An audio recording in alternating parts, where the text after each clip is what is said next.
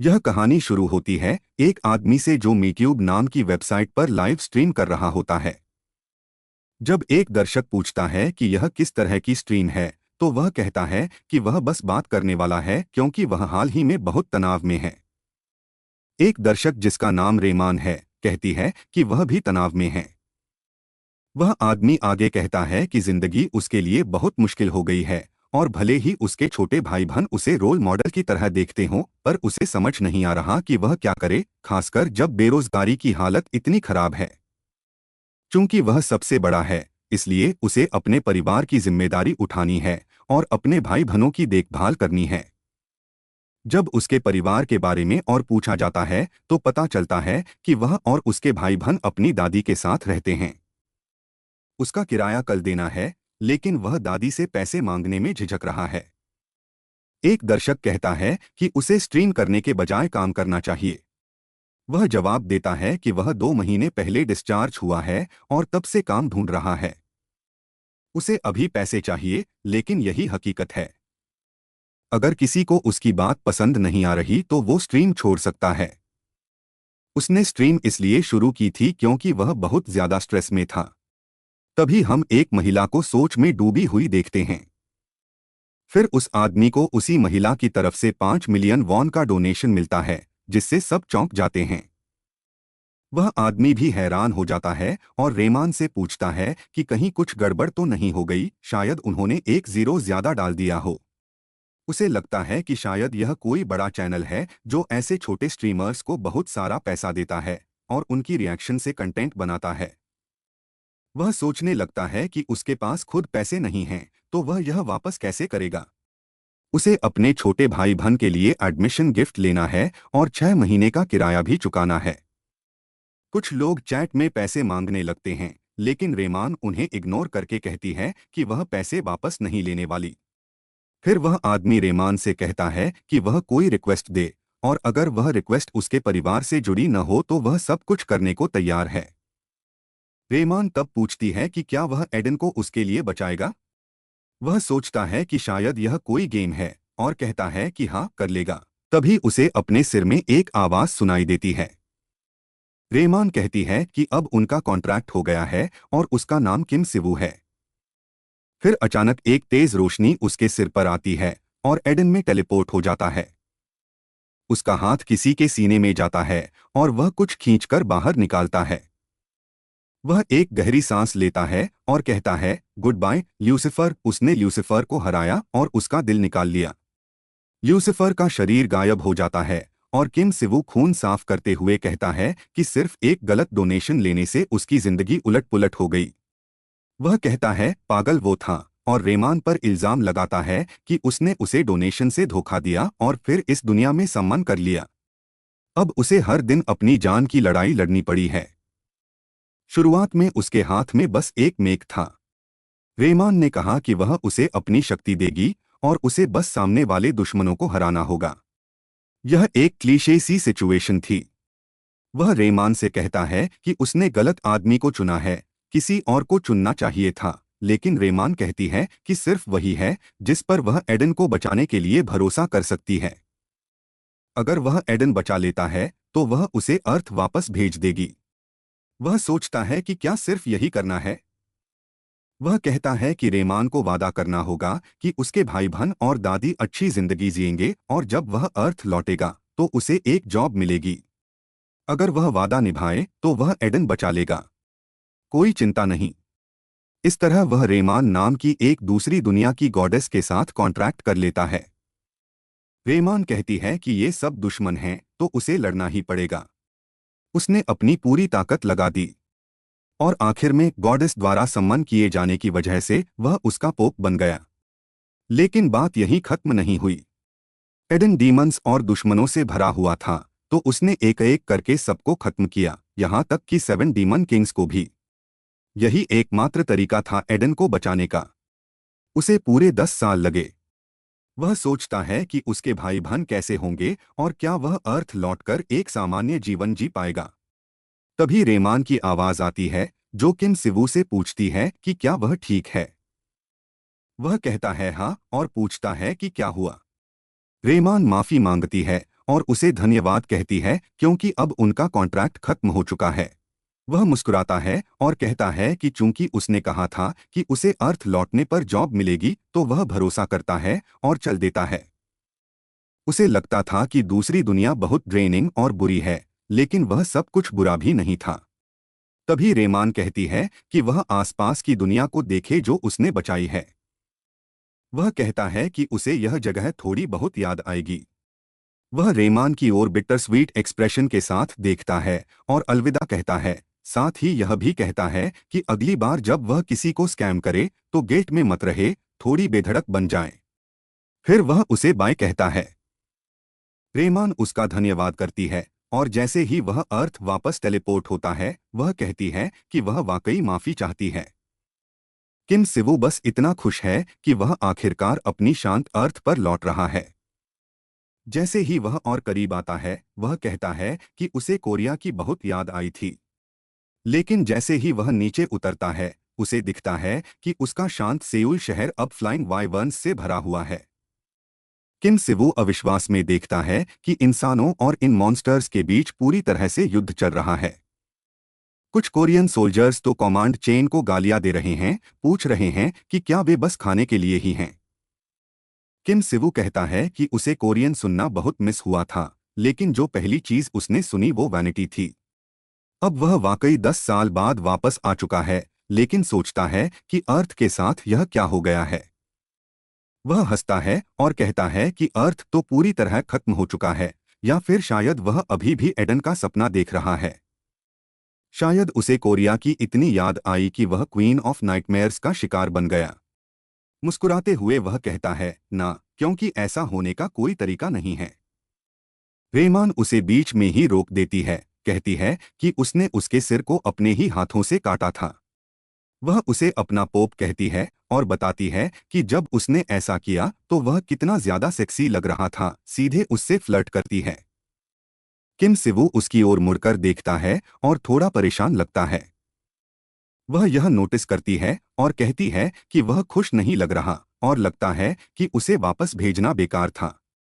वह कहता है कि उसे लगा था कि उसके लौटने के साथ ही उनका कॉन्ट्रैक्ट खत्म हो गया। वह कहती है कि यह दुखद है क्योंकि वह अब भी वही गॉडेस है जिसकी उसने कभी सेवा की थी, और कम से कम उसे थोड़ा प्यार और सम्मान तो दिखाना चाहिए। उसने ही उसे सही सलामत यहाँ वापस लाने में मदद की। वह कहता है कि अगर वह उसे उस घटिया वर्ल्ड में खींचकर न ले जाती तो उसे इतनी मेहनत करनी ही न पड़ती। वह फिर सोचती है और कहती है कि अगर वह अर्थ पर ही रहता तो उसकी मौत हो जाती।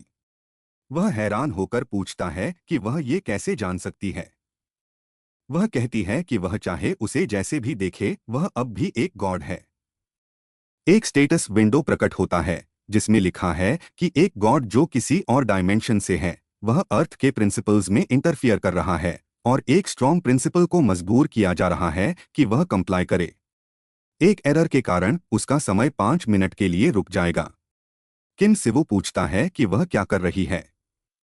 रेमान कहती है कि 5 मिनट थोड़ा कम लग रहा है, लेकिन शायद ऐसा इसलिए है क्योंकि यही डायमेंशन है जहां मेन इवेंट हो रहा है और एक गॉड होने के बावजूद कैजुअलिटी की यही सीमा है। वह उससे सीधे तौर पर पूछती है कि क्या वह उसके साथ एक और कॉन्ट्रैक्ट करना चाहेगा। वह पूछता है कि क्या उसका मतलब है एक और स्लेव कॉन्ट्रैक्ट। वह कहती है कि इस बार अगर वह मना करता है तो वह जबरदस्ती नहीं करेगी। वह कहती है कि वह जरूर यह कॉन्ट्रैक्ट करना चाहेगा क्योंकि अगर वह उसके साथ कॉन्ट्रैक्ट करता है तो वह उस दूसरे वर्ल्ड में जो भी पावर उसने इस्तेमाल की थी उसे यहाँ भी रिटेन कर पाएगा। लेकिन क्योंकि यहाँ उसका कोई बिलीवर नहीं है, कुछ कंडीशंस होंगी। वह कहता है कि उसे लगा था कि वह पावर्स वैसे ही नेचुरली इस्तेमाल कर सकता है। वह समझाती है कि डायमेंशंस के बीच मूव करना इतना आसान नहीं है और यह कैजुअलिटी में इंटरफियर करता है, इसलिए उसकी पावर्स लॉस्ट हो जाना तय था। वह चिढ़ने लगता है और कहता है कि वह उसे पागल कर रही है। वह मानती है कि एक और कॉन्ट्रैक्ट बनाना थोड़ा ज्यादा हो सकता है क्योंकि उसने एडन में बहुत कुछ सहा है। लेकिन वह उससे पूछता है कि वह कर क्या रही है और वह थोड़ी कंफ्यूज्ड लगती है। वह उसे कहता है कि जल्दी करो और कॉन्ट्रैक्ट पूरा करो क्योंकि वह अपनी पावर्स खोना नहीं चाहता। वह अब भी क्लूलेस है लेकिन वह नहीं चाहता कि वह कोई वॉस्ट प्रोटैगनिस्ट बन जाए। एक स्टेटस विंडो प्रकट होता है जिसमें लिखा है कि दूसरा कॉन्ट्रैक्ट पूरा हो चुका है और रेमान अब किम सिवू को सपोर्ट कर रही है। क्योंकि यह कॉन्ट्रैक्ट एक और डायमेंशन का है, कैजुअलिटी को इन्वेस्टिगेट और जज किया जाएगा। उसे कहा जाता है कि वह इंतजार करे जब तक काउंटडाउन पूरा होता है। जांच में कोई प्रॉब्लम नहीं मिलती और 1 मिनट में टाइम रिज्यूम होगा। फिर वह उसे पुकारती है और कहती है कि दुर्भाग्यवश इस वर्ल्ड में उसका कोई इंफ्रास्ट्रक्चर नहीं है, इसलिए वह ज्यादा देर तक उसके साथ नहीं रह सकती। उसे यकीन है कि उसके मन में उससे पूछने के लिए बहुत कुछ होगा, लेकिन उससे पहले एक चीज है जो उसे जरूर करनी होगी। डिवाइन पावर उस विश्वास पर आधारित होती है जो किसी दूसरे बीइंग में होता है। अगर कोई फेथ नहीं है तो यह शक्ति खत्म हो जाएगी। इसलिए अपनी स्ट्रेंथ को बनाए रखने के लिए उसे अर्थ के लोगों को कन्वर्ट करना होगा ताकि वे उस पर विश्वास करें। वह कहती है कि यह तो उसके लिए सिंपल ही होगा, क्योंकि आखिरकार वह रेमान ऑर्डर का पोप था। वह घबराकर पसीना बहाने लगता है और वह कहती है कि वे बहुत जल्द दोबारा मिलेंगे। वह उससे कहती है कि कोशिश करे कि वह उससे बिछड़कर रोए नहीं, और फिर वह एक बार फिर उसे अपना पोप कहकर चली जाती है। वह उसे रोकने की कोशिश करता है, लेकिन अब समय फिर से शुरू हो चुका है और उसे एक क्वेस्ट दिया गया है।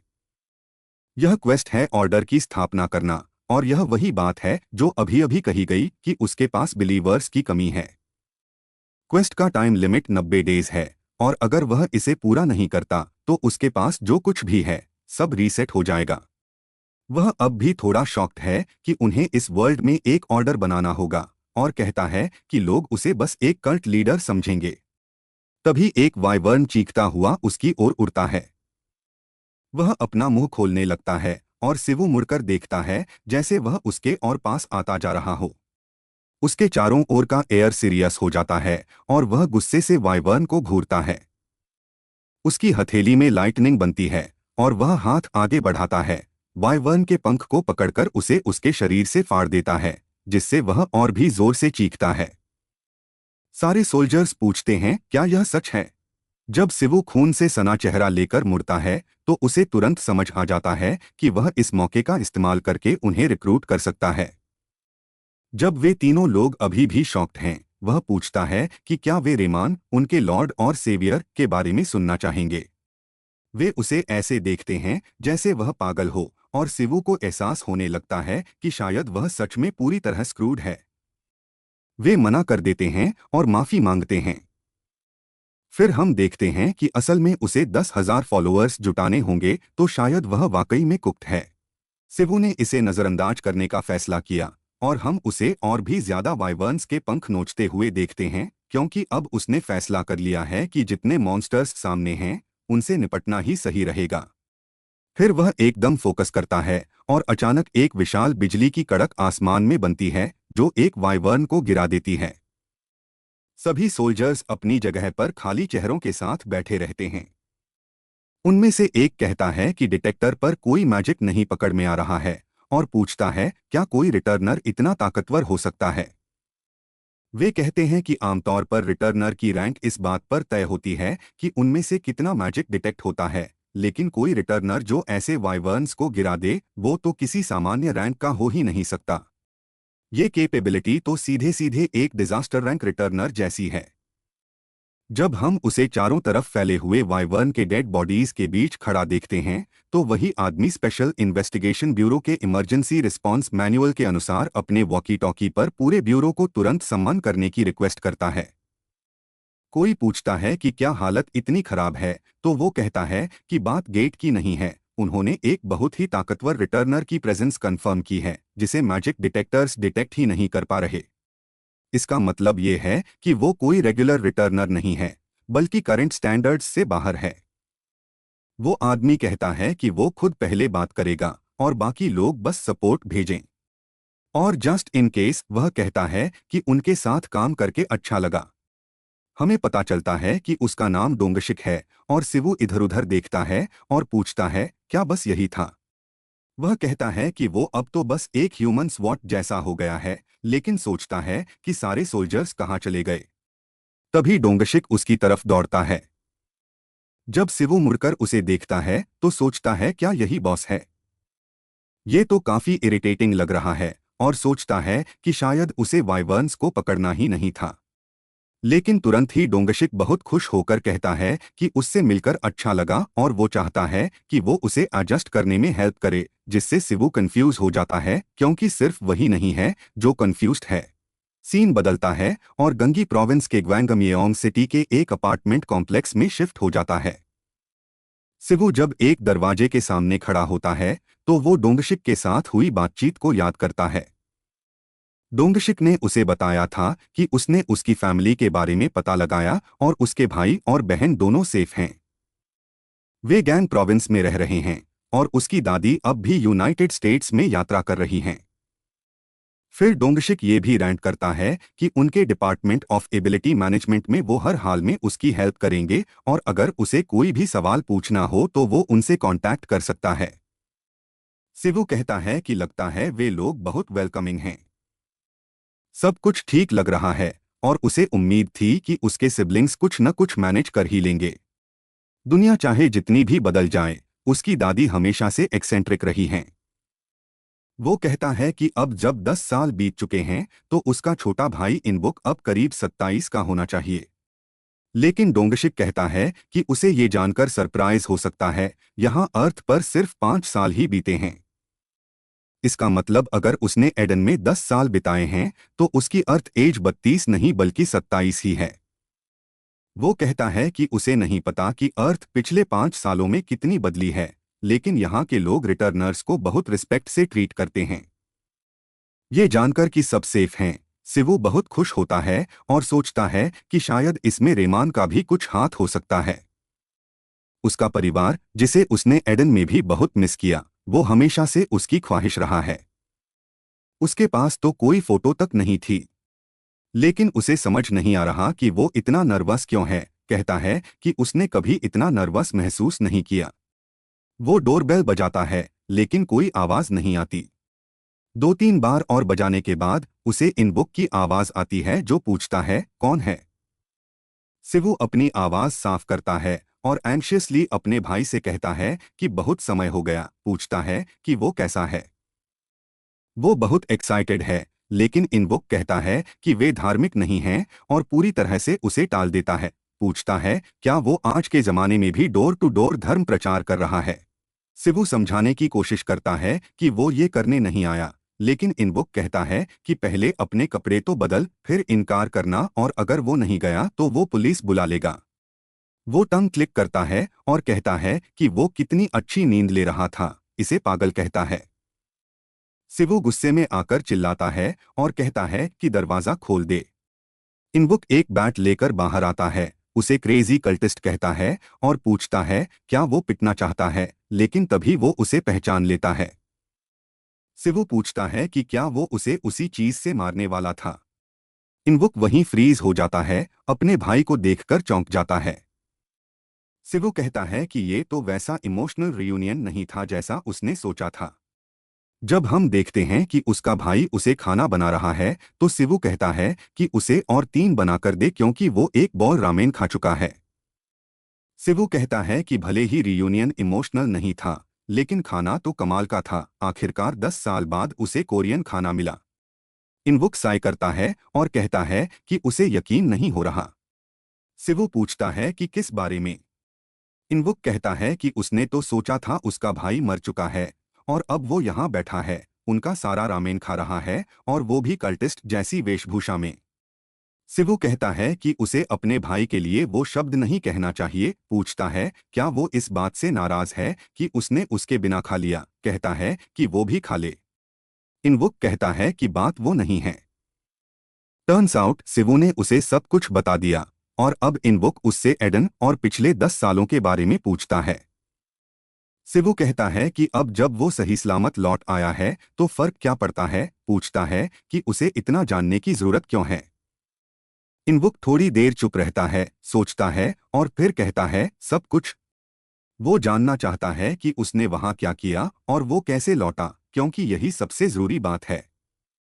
सिवू उसे बताने लगता है कि उसने वहां क्या किया, लेकिन फिर सोचता है कि उसने जितना कुछ किया वो सब एक ब्रूटल क्रूसेड ही था। वो थोड़ी देर रुकता है और कहता है, छोड़ो। इनवुक कहता है कि लोगों को दो चीजें सबसे ज्यादा नफरत होती हैं। पहली, जब कोई अपनी बात पूरी नहीं करता, लेकिन उससे पहले कि वो दूसरी कह पाता, सिवू कहता है कि ये कोई मजेदार कहानी नहीं है। ऐसी कहानियां अक्सर नहीं होती। वो कहता है कि डीमंस से भरी उस दुनिया ने उसे इतना बदल दिया कि वहां सब कुछ बचाने की कोशिश में उसके हाथ खून से भर गए। उसने एडन के लिए जान लड़ाई और अब आखिरकार अर्थ पर लौटा है। वो अपने क्वेस्ट नोटिफिकेशन को देखता है और देखता है कि उसमें कोई बदलाव नहीं आया है। वो थोड़ा इरिटेट होता है और कहता है कि उसने इतनी मेहनत से अपनी होली पावर को इस लेवल तक बढ़ाया, लेकिन शायद अब वो सब कुछ खोने वाला है। इनवुक उसे कहता है कि वो अपना खाना खत्म करे, क्योंकि अब जब वो जाग गया है तो कुछ काम कर लेता है। जैसे ही वह अपने कंप्यूटर पर बैठता है, सिवू पूछता है कि वह क्या कर रहा है, और इनवुक बताता है कि वह एक मीक्यूब एडिटर के तौर पर काम करता है। वह तब से ऐसा कर रहा है जब से वह गायब हुआ था, और अब वह एक बड़े मीक्यूबर के लिए एडिट कर रहा है, इसलिए उसके पास काफी काम है। सिवू कहता है कि यह काबिले तारीफ है, और वह हमेशा से वीडियो एडिटिंग में रुचि रखता था, इसलिए अच्छा लगा कि उसने यही चुना। वह अपने भाई से कहता है कि वीडियो काफी रियलिस्टिक लग रही है, और उसका भाई कहता है कि शायद उसे पता नहीं, लेकिन ये सब सच है। कुछ लोग होते हैं जिन्हें प्लेयर्स कहा जाता है, जो गेट्स, मॉन्स्टर्स और डंजियंस को संभालते हैं, जैसे नॉवेल्स में होता है। सिवू पूछता है क्या वे लोग सिस्टम विंडोज को भी स्केल्स की तरह यूज करते हैं, और इनवुक कहता है हाँ, और जोड़ता है कि उसने इतने सारे वेब नॉवेल्स पढ़े हैं कि यह सब उसके लिए जल्दी समझ आ गया। लेकिन सिवू अब सच में इसके बारे में सोचने लगता है, जबकि उसका भाई बोलता जा रहा है। वह सोचता है कि मीट्यूब शायद उसका रास्ता बन सकता है, और वह अपने भाई से कहता है, यही है, जिससे उसका भाई चौंक जाता है। अगर वह मीट्यूब कंटेंट बनाए तो वह रेमान ऑर्डर को एक्सपोज कर सकता है और सब्सक्राइबर्स और फॉलोअर्स पा सकता है। फिर स्टेटस विंडो उसे बताती है कि उसका रिलीजियस ऑर्डर ट्रेट एक्टिवेट हो गया है। सिवू मुड़कर देखता है कि इसका मतलब क्या है, और देखता है कि उसमें ऑर्डर के बारे में सब कुछ लिखा है, उसका ऑब्जेक्टिव और कैसे वह स्टोर में डिवाइन पॉइंट्स यूज कर सकता है। आइटम्स फॉलोअर्स की संख्या के हिसाब से बदलेंगे। इस समय सिर्फ एक ऑप्शन अवेलेबल है, चैरिटी, जिसका मतलब है कि ऑर्डर के सभी फॉलोअर्स को एक्स्ट्रा एक्सपीरियंस मिलेगा, और अगर वे प्लेयर नहीं हैं तो उनके अवेकन होने की एक्सट्रीमली स्मॉल चांस होगी। इसकी कीमत है 1000 पॉइंट्स, और अगला अपग्रेड 10,000 फॉलोअर्स पर अनलॉक होगा। सिवू सोचता है कि क्या ये सब इसलिए पॉपअप हुआ क्योंकि उसने चैनल शुरू करने के बारे में सोचा था। वह कहता है कि अभी लगभग सब कुछ लॉक्ड है, इसलिए कुछ काम का नहीं है, लेकिन चैरिटी शायद यूजफुल साबित हो सकता है। इनवुक पूछता है क्या वह चैनल शुरू करने वाला है, और कहता है कि वह ये कहने वाला नहीं था, लेकिन शायद ये काम नहीं करेगा क्योंकि अगर वह प्लेयर टाइप कंटेंट बनाना चाहता है तो उसे गवर्नमेंट से अप्रूवल चाहिए होता है, और हर कोई ऐसा नहीं कर सकता। लेकिन इसमें उसका कोई कसूर नहीं है क्योंकि वह तो अभी वापस आया है, इसलिए वह उसे सपोर्ट करेगा क्योंकि वह अच्छा कमा रहा है। सिवू कहता है कि उसे उसकी मदद की सराहना है, लेकिन असल में वह ही कुछ नहीं जानता। वह पूछता है कि उसने उसे कैसे ढूंढा जब वह 5 साल से गायब था, और ये कोई और नहीं बल्कि गवर्नमेंट की मदद थी जिसने उसे वापस लाया। जब डोंगशिक पूछता है कि वह क्या करने वाला है तो सिवू कहता है कि वह अपना ऑर्डर फैलाना चाहता है। डोंगशिक कहता है कि कोरिया एक फ्री कंट्री है और यहाँ फ्रीडम ऑफ रिलीजन है, लेकिन उम्मीद करता है कि उसकी मान्यताएं कन्वेंशनल नॉर्म्स के खिलाफ न हो। सिवू कहता है कि उसकी गॉडेस एक मर्सीफुल देवी है, और अगर वह बस उसकी बात सुने तो सब समझ में आ जाएगा। डोंगशिक कहता है, ठीक है, लेकिन थोड़ी देर बात करके वह classic smile and wave move निकालता है, यह दिखाते हुए कि उसे कन्वर्ट नहीं होना है। फिर वह बताता है कि वह डिपार्टमेंट ऑफ एबिलिटी मैनेजमेंट का वीआईपी है, और अगर उसे कुछ चाहिए तो वह कांटेक्ट करे। वह उसे अर्थ पर वेलकम करता है क्योंकि वह साउथ कोरिया का पहला इरेगुलर है। उसका भाई बिल्कुल हैरान रह जाता है, जबकि सिवू खुद पर गर्व करता है। इनवुक कहता है कि उसे विश्वास नहीं हो रहा कि वही इंसान जिसने अभी 10 पैक रामेन खा लिए एक इरेगुलर हो सकता है। सिवु मजाक करता है, मैं तुझे मार दूंगा। इनवुक सोचता है कि उसने ये पहले क्यों नहीं बताया, और सिवु कहता है कि वह नहीं बता सकता क्योंकि अगर उसे 10,000 फॉलोअर्स नहीं मिलते तो वह अपनी पावर खो देगा। इनवुक कहता है कि चूंकि वह पोप था तो शायद वह मीट्यूब शुरू करेगा फॉलोअर्स पाने के लिए। वह पूछता है क्या वह सही है, और कहता है कि अगर ऐसा है तो ये आसान नहीं होगा जब वह ऐसे कपड़े पहन रहा है क्योंकि अर्थ पर कोई उसकी गॉडेस को नहीं जानता। सिवु कहता है कि वह उसकी बात सुने और पूछता है क्या होगा अगर मेरे पास रेगुलर लोगों को अवेकन करने की एबिलिटी हो। इनवुक कहता है अगर उसके पास वह एबिलिटी है तो हर कंट्री उसे रिक्रूट करना चाहेगी। लेकिन ऐसा कोई पावर हो ही नहीं सकता वरना वह बहुत अमीर हो जाता और वह खुद भी उसमें साइन अप कर देता। सिवु उसकी बातों से बहस नहीं करता, बस कहता है कि उसकी गॉडेस मर्सी और चैरिटी की देवी है। वह उसे अपना स्टेटस विंडो दिखाता है। इनवुक सोचता है कि क्या इसका मतलब है कि वह बस भरोसा करके प्लेयर बन सकता है, लेकिन सिवु कहता है कि वह अभी ऐसा नहीं कर सकता। लेकिन अगर उसे और फॉलोअर्स मिलते हैं तो वह वो ट्रेट खरीद सकता है जिससे प्लेयर बनना कोई रैंडम चांस नहीं बल्कि एक रीचेबल गोल बन जाएगा। वह अपने भाई से पूछता है कि उसे क्या लगता है, और हम देखते हैं कि उसके पास ऑलरेडी मिलियंस ऑफ फॉलोअर्स हैं। इनवुक कहता है कि वह पहले से तैयार है और अपने लॉर्ड एंड सेवियर का गुड वर्ड फैलाने के लिए एक्साइटेड है। सिवु हैरान होता है कि वह इतनी जल्दी उसमें इन्वॉल्व हो गया, लेकिन इनबुक बस चिल्लाता है, रेमान मैं तुम पर विश्वास करता हूँ। सिवु कहता है कि उसे लगा था इनबुक एक एथियस्ट है, और इनबुक बस उससे कहता है कि अब तो उसे अपने साथ ले ही लो। सिवु कहता है कि बिना कभी रेमान को देखे भी कोई बिलीवर बन सकता है, उसे अपने छोटे भाई से कम की उम्मीद नहीं थी। अभी के लिए उसका प्लान है कि वो मीट्यूब के जरिए एक तरह की ऑनलाइन सर्विस शुरू करे, लेकिन उसने अभी तक डिटेल्स फाइनल नहीं की हैं। इनबुक उसे चिंता न करने को कहता है क्योंकि उसके पास एक प्लान है। तभी दरवाजे से बीप की आवाज आती है और सिवु सोचता है कि कौन हो सकता है। इनबुक कहता है कि आखिरकार समय आ गया है और अब उसे जिम्मेदारी लेनी होगी। सिवु अब भी कंफ्यूज्ड होता है जब तक कि दरवाजा नहीं खुलता और वे एक छोटी लड़की को देखते हैं। सिवु तुरंत उसे पहचान लेता है, वो साइरियन है, उसकी छोटी बहन जो अपने बड़े भाई को देखकर बहुत हैरान होती है। सिवु तेजी से दौड़कर उसके पास जाता है, कहता है कि वो बहुत प्यारी हो गई है और जरूर उसे बहुत मिस किया होगा। उसकी आवाज कांपने लगती है जब वो कहती है कि उसे लगा था वो मर चुका है। ठीक जैसे ही वो रोने वाली होती है, वो कहता है कि वो गलत था और माफी चाहता है बिना कुछ कहे चले जाने के लिए। लेकिन तभी वो जोर जोर से रोने लगती है। वो उसे चुप करवाने की कोशिश करता है, लेकिन वो और जोर से रोने लगती है। सिवु अपने भाई से मदद मांगता है, लेकिन इनबुक कहता है कि ये कर्मा है। अगले दिन सायोन सिवु से पिंकी प्रॉमिस करती है कि वो बाद में साथ में खाना खाने जाएंगे।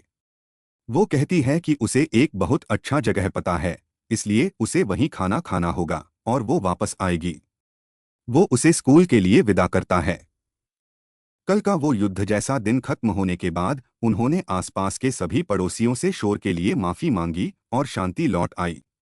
सिवु डाउनटाउन जाता है और किसी से कहता है कि उसने अपने भाई से बात की, लेकिन अवेकन को मीट्यूब पर प्रॉपरली एक्टिव करने के लिए उन्हें स्टेट ऑथोराइजेशन की जरूरत है। हम देखते हैं कि एक आदमी डोंगशिक के सामने खड़ा है, कहता है कि वो उसकी जितनी जरूरत हो उतनी मदद करेगा और माफी चाहता है कि इतनी देर से मिलने आया। वो खुद को यो सेओनहो के रूप में इंट्रोड्यूस करता है, जो डिपार्टमेंट ऑफ एबिलिटी मैनेजमेंट का मिनिस्टर है। सिवु कहता है कि उसने उसके बारे में थोड़ा जान लिया था पहले ही और उसे उम्मीद नहीं थी कि वो सीधे इतने बड़े आदमी से मिलेगा। लेकिन वो मानता है कि ये उसकी पावर है जो एडन जैसी है। चूंकि रेमान ऑर्डर एडन में पहली रिलीजियस ऑर्डर है, पहले लीडर्स ऑफ ऑल स्पीशीज एक साथ आए थे। सेओनहो पूछता है कि क्या वो मिशनरी एक्टिविटीज करने वाला है और सिवु हमें जवाब देता है। सेओनहो ऑकवर्डली कहता है कि अच्छा है और कहता है कि वो मीट्यूब पर यह रिवील कर सकता है कि वो एक रिटर्नर है। लेकिन उसे ये भी रिवील करना होगा कि वो एक इरेगुलर है, एक प्रेस कॉन्फ्रेंस के जरिए जो उनके डिपार्टमेंट द्वारा स्पॉन्सर की जाएगी। शिवू मान जाता है और फिर हम उस दिन का एक वीडियो देखते हैं जिस दिन वो वापस आया था, जब उसने वाइवर्न्स को मारा था। शिवू पूछता है कि क्या ये पहले ही रिलीज हो चुका है, और सेओन्हो कहता है कि उन्होंने इस पर एम्बार्गो लगाया था, लेकिन इसे पूरी तरह ब्लॉक नहीं कर पाए। शिवू कहता है कि उसे यकीन है उसका भाई, जो मीट्यूब का एक्सपर्ट है, शायद पहले ही ये देख चुका होगा। सेओन्हो कहता है कि उसे बुरा लग सकता है, लेकिन वो उसके आसपास कुछ एजेंट्स असाइन करेंगे थोड़े समय के लिए, और वो अपने नाम की कसम खाता है कि उसे कोई नुकसान नहीं होगा। चूंकि साउथ कोरिया में पहले कभी कोई इरेगुलर रैंक नहीं आया है, उनका मैनेजमेंट अभी भी पीछे है, तो उम्मीद है कि वो उन्हें माफ कर देगा। शिवू कहता है कि अगर सोचो तो ये बात समझ में आती है, और इसमें कोई खास दिक्कत नहीं है, तो वो इसके साथ चल देगा। फिर सीन वापस घर पर आता है, और उसकी दादी उसे डांटते हुए कहती है कि अगर वो वापस आ गया था तो उसे तुरंत कॉल करनी चाहिए थी। वो माफी मांगता है, और दादी कहती हैं कि अब सब ठीक है क्योंकि वो लौट आया है। वो अपनी यात्रा खत्म करेंगी, और उसे साइयोन और इनवुक का ध्यान रखना चाहिए। वो कहता है कि दादी को भी सावधान रहना चाहिए, और फिर कॉल कट जाती है। वो कहता है कि दादी ऐसे बात कर रही थीं जैसे उन्हें पहले से पता था कि वो वापस आएगा। इनवुक कहता है कि दरअसल उसने बताया था कि उन्हें उसके सपने आते थे, और उन सपनों में उन्होंने उसे एक एंडलेस हराइजन पर चलते हुए और विंग्ड मॉन्स्टर्स से लड़ते हुए देखा। शायद उसी ने उन्हें विश्वास दिया होगा। शिवू कहता है कि ये सच में फैसिनेटिंग है, और इनवुक कहता है कि उसने भी सोचा था कि उसका भाई मर चुका है, लेकिन अब भी ये असली नहीं लगता कि वो यही है। शिवू बस ये महसूस करने लगता है कि उसे वेलकम किया जा रहा है, और वो एक्सप्लेन करता है कि उनका पहले बहुत अच्छा रिश्ता था, खासकर उसके हाई स्कूल के आखिरी साल में जब उनके माता पिता की कार एक्सीडेंट में मृत्यु हो गई थी। अगर उनकी दादी उन्हें नहीं पालती तो सब बहुत मुश्किल हो जाता। वो कहता है कि इनवुक ने उसका बहुत इंतजार किया होगा, और आखिरकार उसे मरा हुआ मान लिया। इनवुक फिर बताता है कि उन्होंने उसका फ्यूनरल वुडलैंड बेरियल की तरह किया, और वहां एक पेड़ है जिस पर उसका नाम है। उन्हें 5 साल का कॉन्ट्रैक्ट करना चाहिए था, लेकिन उन्होंने 10 साल का कर दिया। साइयोन ने उसे बहुत सुंदर बनाया, और शिवू कहता है कि अब तो उन्हें रिफंड ले लेना चाहिए। शिवू कहता है कि उसका भाई एडिटिंग करते वक्त कितना सीरियस हो जाता है, और फिर कहता है कि उसे अब वो बात बतानी चाहिए जो उसने पिछली बार कही थी। उसका भाई कहता है कि उसके पास एक प्लान है, और वो मीट्यूब का एक चैनल दिखाता है जिसका नाम है प्लेयर के, और उसके 5.4 मिलियन सब्सक्राइबर्स हैं, और वही ये कर सकता है। शिवू फिर वीडियो को देखता है, एनालाइज करता है, और कहता है कि उसके इतने सब्सक्राइबर्स होने का रीजन है कि वो हैंडसम है। इनवुक कहता है कि उसकी पर्सनालिटी भी बहुत अच्छी है, और अब तक कोई कंट्रोवर्सी भी नहीं हुई, और वो टाइम पर पेमेंट भी करता है। उसका भाई कहता है कि फिलहाल चैनल होना ही बहुत बड़ी बात है, क्योंकि आमतौर पर इसे ग्रो करने में 2 हफ्ते लगते हैं। जैसे कि उसका भाई जानता है, नए चैनल्स के लिए सबसे आसान तरीका अटेंशन पाने का होता है, किसी बड़े चैनल या कॉरपोरेशन की मदद लेना। कुछ कंटेंट है जिसमें वो पार्टिसिपेट कर सकता है जो प्लेयर के कर रहा है। वो है न्यूबी मिलिट्री एकेडमी, जो बेसिकली गाइड्स और वॉक थ्रफ्स होते हैं। हम जान जाते हैं कि प्लेयर के का असली नाम मिन्सू है, और वो नए लोगों को बहुत कुछ सिखाता है। अभी एक ओपनिंग है क्योंकि उन लोगों में से एक मॉन्स्टर पकड़ते हुए घायल हो गया था, और जब इनबुक ने मिन्सू से इस बारे में बात की तो उसने कहा कि वो इंटरव्यू करना चाहेगा। शिवू अपने भाई से पूछता है कि क्या वो सच में सोचता है कि वो एक न्यूबी है, क्योंकि उसके हिसाब से मिन्सू के पास तो और भी कम एक्सपीरियंस है। उसका भाई हंसते हुए कहता है कि यही तो असली प्लान है। वो कहता है कि वो लोग main character hiding his power वाले कॉन्सेप्ट के साथ आगे बढ़ने वाले हैं, और पूछता है कि क्या ये उनके चैनल के लिए अच्छा आइडिया नहीं है।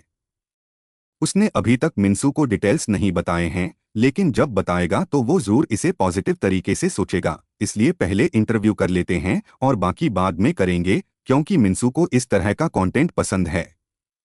उसका भाई सोचता है कि पता नहीं उसने किस तरह के मॉन्स्टर को जगा दिया है। फिर सीन कट होता है, और वो लोग कार ड्राइव कर रहे होते हैं।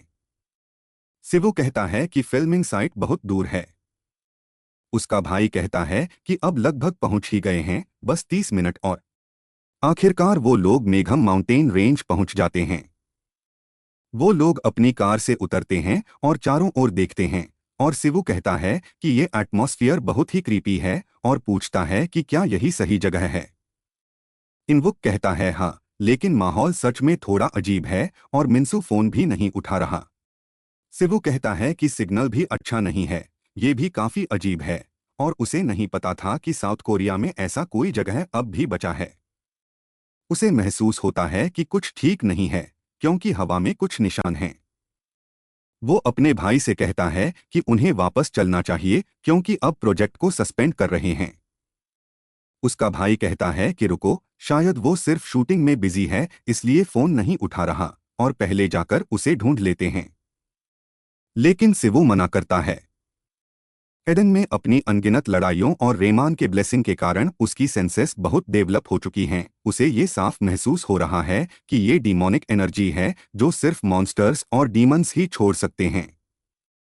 सिवू अपने भाई से पूछता है कि क्या मिंसू सच में अच्छा इंसान है और क्या उसके बारे में कोई रूमर्स हैं कि वो लोगों की बलि देता है और डीमंस की पूजा करता है। इनवुक कहता है नहीं, वो तो एक बहुत फेमस मेंबर है, और सिवू कहता है माय एस और कहता है कि वो लोगों पर बहुत आसानी से भरोसा कर लेता है। अगर वो ऐसे ही करता रहा तो उसे पीठ में छुरा ही मिलेगा। इनवुक पूछता है कि वो इतना गुस्से में क्यों है, जैसे उसने खुद कुछ ऐसा एक्सपीरियंस किया हो। सिवू को सिर्फ रेमान की याद आती है, लेकिन वो कहता है कि ऐसा कुछ नहीं हुआ। इनवुक कहता है कि 3 साल पहले ग्रैनी हॉस्पिटल में थी और मिंसू आया और बिना एक शब्द कहे सारे हॉस्पिटल बिल्स चुका गया। तब उसके पास खुद के रेंट के लिए भी पैसे नहीं थे। सिवू कहता है कि फिर तो वो बंदा सच में हीरो जैसा लगता है, उसे तो शुरुआत में यही बात बतानी चाहिए थी। किसी ऐसे इंसान पर शक करना जो किसी को फाइनेंशियल रिस्क में मदद करता है, आसान बात नहीं। अगर ये 3 साल पहले की बात है तो इसका मतलब ये सब तब हुआ जब वो आसपास नहीं था, और शायद मिंसू सच में बहुत अच्छा इंसान है। सिवू इनबुक से कहता है कि उसे उसी टैक्सी में वापस लौट जाना चाहिए जिसमें वो आया था, क्योंकि ये जगह बहुत डेंजरस है। जब इनबुक उससे पूछता है कि वो क्या करेगा तो सिवू कहता है कि अब उसका प्लान नहीं चलेगा, तो उसे एक वर्क अराउंड चाहिए। वो अपने कंधे पर टैप करता है और उसकी कपड़े अपने आप उसकी प्रीस्ट आउटफिट में बदल जाते हैं। वो कहता है कि ऑनलाइन प्रोपगेशन काम नहीं करेगा, तो अब उसे ऑफलाइन ट्राई करना पड़ेगा। जैसे ही वो पोज मारता है, इनवुक कंफ्यूज हो जाता है और पूछता है क्या वो कोई मैजिकल गर्ल है, और कहता है कि अगली बार ट्रांसफॉर्म हो तो उसे रिकॉर्ड करने दे। लेकिन सिवू उसे वैन में लात मारकर भेज देता है और कहता है कि निकल ले। इनवुक कहता है कि उसे ये उनके मीट्यूब इंट्रो के लिए चाहिए। सिवू सोचता है कि उसका भाई पहले इतना जिद्दी नहीं था, लेकिन इनवुक मानता है कि शायद गलती उसी की है। थोड़ा जंगल में चलते हुए सिवू को कुछ मिलता है और एक स्टेटस विंडो खुलती है। You have entered the abyss area, a related quest has been created dot. इस क्वेस्ट का नाम है सल्वेशन, और अगर वो यहाँ पीड़ितों को मुक्त करता है तो उसे 50 डिवाइन पॉइंट्स मिलेंगे। हवा में और ज्यादा डीमोनिक एनर्जी फैलने लगती है, और सिवू कहता है कि पहली नजर में तो ये एक ऑर्डिनरी माउंटेन लगता है, लेकिन इतनी एनर्जी के साथ यहाँ अंदर जरूर कोई अबिस डंजियन छुपा हुआ है। वो आगे बढ़ता है और माहौल बहुत ही शांत है। फिर वो रुकता है, उसे कुछ महसूस होता है। वो घूमकर कहता है आज तो मौसम बड़ा अच्छा है, और वहां कैमरामैन दिखते हैं। सिवू पूछता है कि वो सब यहाँ कर क्या रहे हैं। वो लोग कहते हैं कि उन्हें डराने का कोई इरादा नहीं था, वो लोग सिर्फ अपने चैनल के लिए शूटिंग कर रहे हैं। उनमें से एक पूछता है कि सिवू यहाँ क्या कर रहा है, और कहता है कि यहाँ डंजियन के पास रहना बहुत डेंजरस है। सिवू कहता है कि वो मिंसू से मिलने आया है और शायद उसका छोटा भाई इन लोगों से कांटेक्ट में था। पूछता है कि क्या उन्हें कुछ मिला। वो आदमी कहता है कि हाँ, उसने रिटर्नर के बारे में सुना है और मिंसू ने इंटरव्यू का जिक्र किया था। कैमरामैन कहता है अगर आपने बस कॉल किया होता तो हम एंट्रेंस पर मिल लेते। सिवू कहता है मेरा फोन काम नहीं कर रहा। कैमरामैन कहता है यकीन नहीं होता कि कोरिया में कोई जगह ऐसी भी है जहां नेटवर्क न हो, लेकिन अच्छा हुआ कि हम मिल गए, हम आपको मिंसू तक पहुंचा देंगे। थोड़ा चलने के बाद कैमरामैन में से एक ज्यादा बोलने लगता है। कहता है कि वो लोग एक बहुत बड़ा इवेंट प्लान कर रहे हैं। वो काफी समय से मिन्सू की मदद कर रहा है और इनवुक भी। वो पूछता है कि क्या प्रीस्ट आउटफिट सिवू के कॉन्सेप्ट का हिस्सा है, लेकिन सिवू कहता है नहीं। वो आदमी कहता है कि ये काफी यूनिक और मेमोरेबल है और ये एक अच्छा टैक्टिक है। सिवू सोचता है कि ये बंदा बहुत ज्यादा बोलता है। फिर वो कहता है कि उसने कभी किसी रिटर्नर से नहीं मिला और हंसता है। फिर से वो आसपास देखता है और कहता है कि उसके पास एक सवाल है। पूछता है कि पीछे वाले 3 लोग हमेशा इतने शांत रहते हैं क्या? कैमरामैन पूछता है कि वो क्या कह रहा है। वो तो लगातार बात कर रहे हैं। जैसे ही ब्रो की आंखें पागल हो जाती हैं, सिवू सोचता है और फिर उस आदमी से उसका नाम पूछता है। वो अपना नाम बताता है, सूल सेम्यूंग। सिवू सेम्यूंग से कहता है कि जो वो बोलेगा वो ध्यान से सुने। जैसे ही वो अपने हाथ टैप करता है, उसके ग्लव्स उसके हाथों में प्रकट हो जाते हैं, ठीक वैसे जैसे पहले उसकी आउटफिट आई थी। वो कहता है कि वो बहुत लकी है, क्योंकि कुछ लोग ऐसे भी होते हैं जिनमें बिना अवेकन हुए भी डीमोनिक एनर्जी के लिए इन्नेट रेजिस्टेंस होती है। वो सेम्यूंग से कहता है कि जब वो आज घर जाए तो अपने पेरेंट्स को जरूर गले लगाए और धन्यवाद दे। सेम्यूंग पूछता है कि उसका मतलब क्या है और सिवू कहता है कि अगर वो आज जिंदा वापस घर गया तो ये करना बहुत जरूरी है। तभी बिजली उसके उंगली के सिर पर चमकती है और सीधा आगे शूट होती है। सेम्यूंग के पीछे खड़े कैमरामैन में से एक का सिर उड़ जाता है। सेम्यूंग के चेहरे पर किसी तरह का रेसिड्यू छप जाता है। सेम्यूंग चिल्लाने लगता है जब वह देखता है कि वो 3 लोग असल में खून नहीं बल्कि डिमोनिक एसेंस बाहर निकाल रहे हैं और बिना सिर के खड़े हैं। सेम्यूंग पूछता है कि ये सब क्या बकवास है और सिवू कहता है कि लगता है वो शुरू से ही अच्छा तमाशा कर रहा है। बाकी सब शायद अंदर गहराई में होंगे, लेकिन यहाँ फिलहाल सुरक्षित होना चाहिए। वह सेम्यूंग से कहता है कि वह उसका इंतजार करे जब तक वह वापस नहीं आता। सेम्यूंग पूछता है कि वह है कौन और यहाँ क्यों आया है, कहते हुए कि अब उसे कुछ भी समझ नहीं आ रहा है। सिवू कहता है कि इसे समझाने का सिर्फ एक ही तरीका है, वह तो बस अपनी गॉडेस का संदेश फैलाने आया है।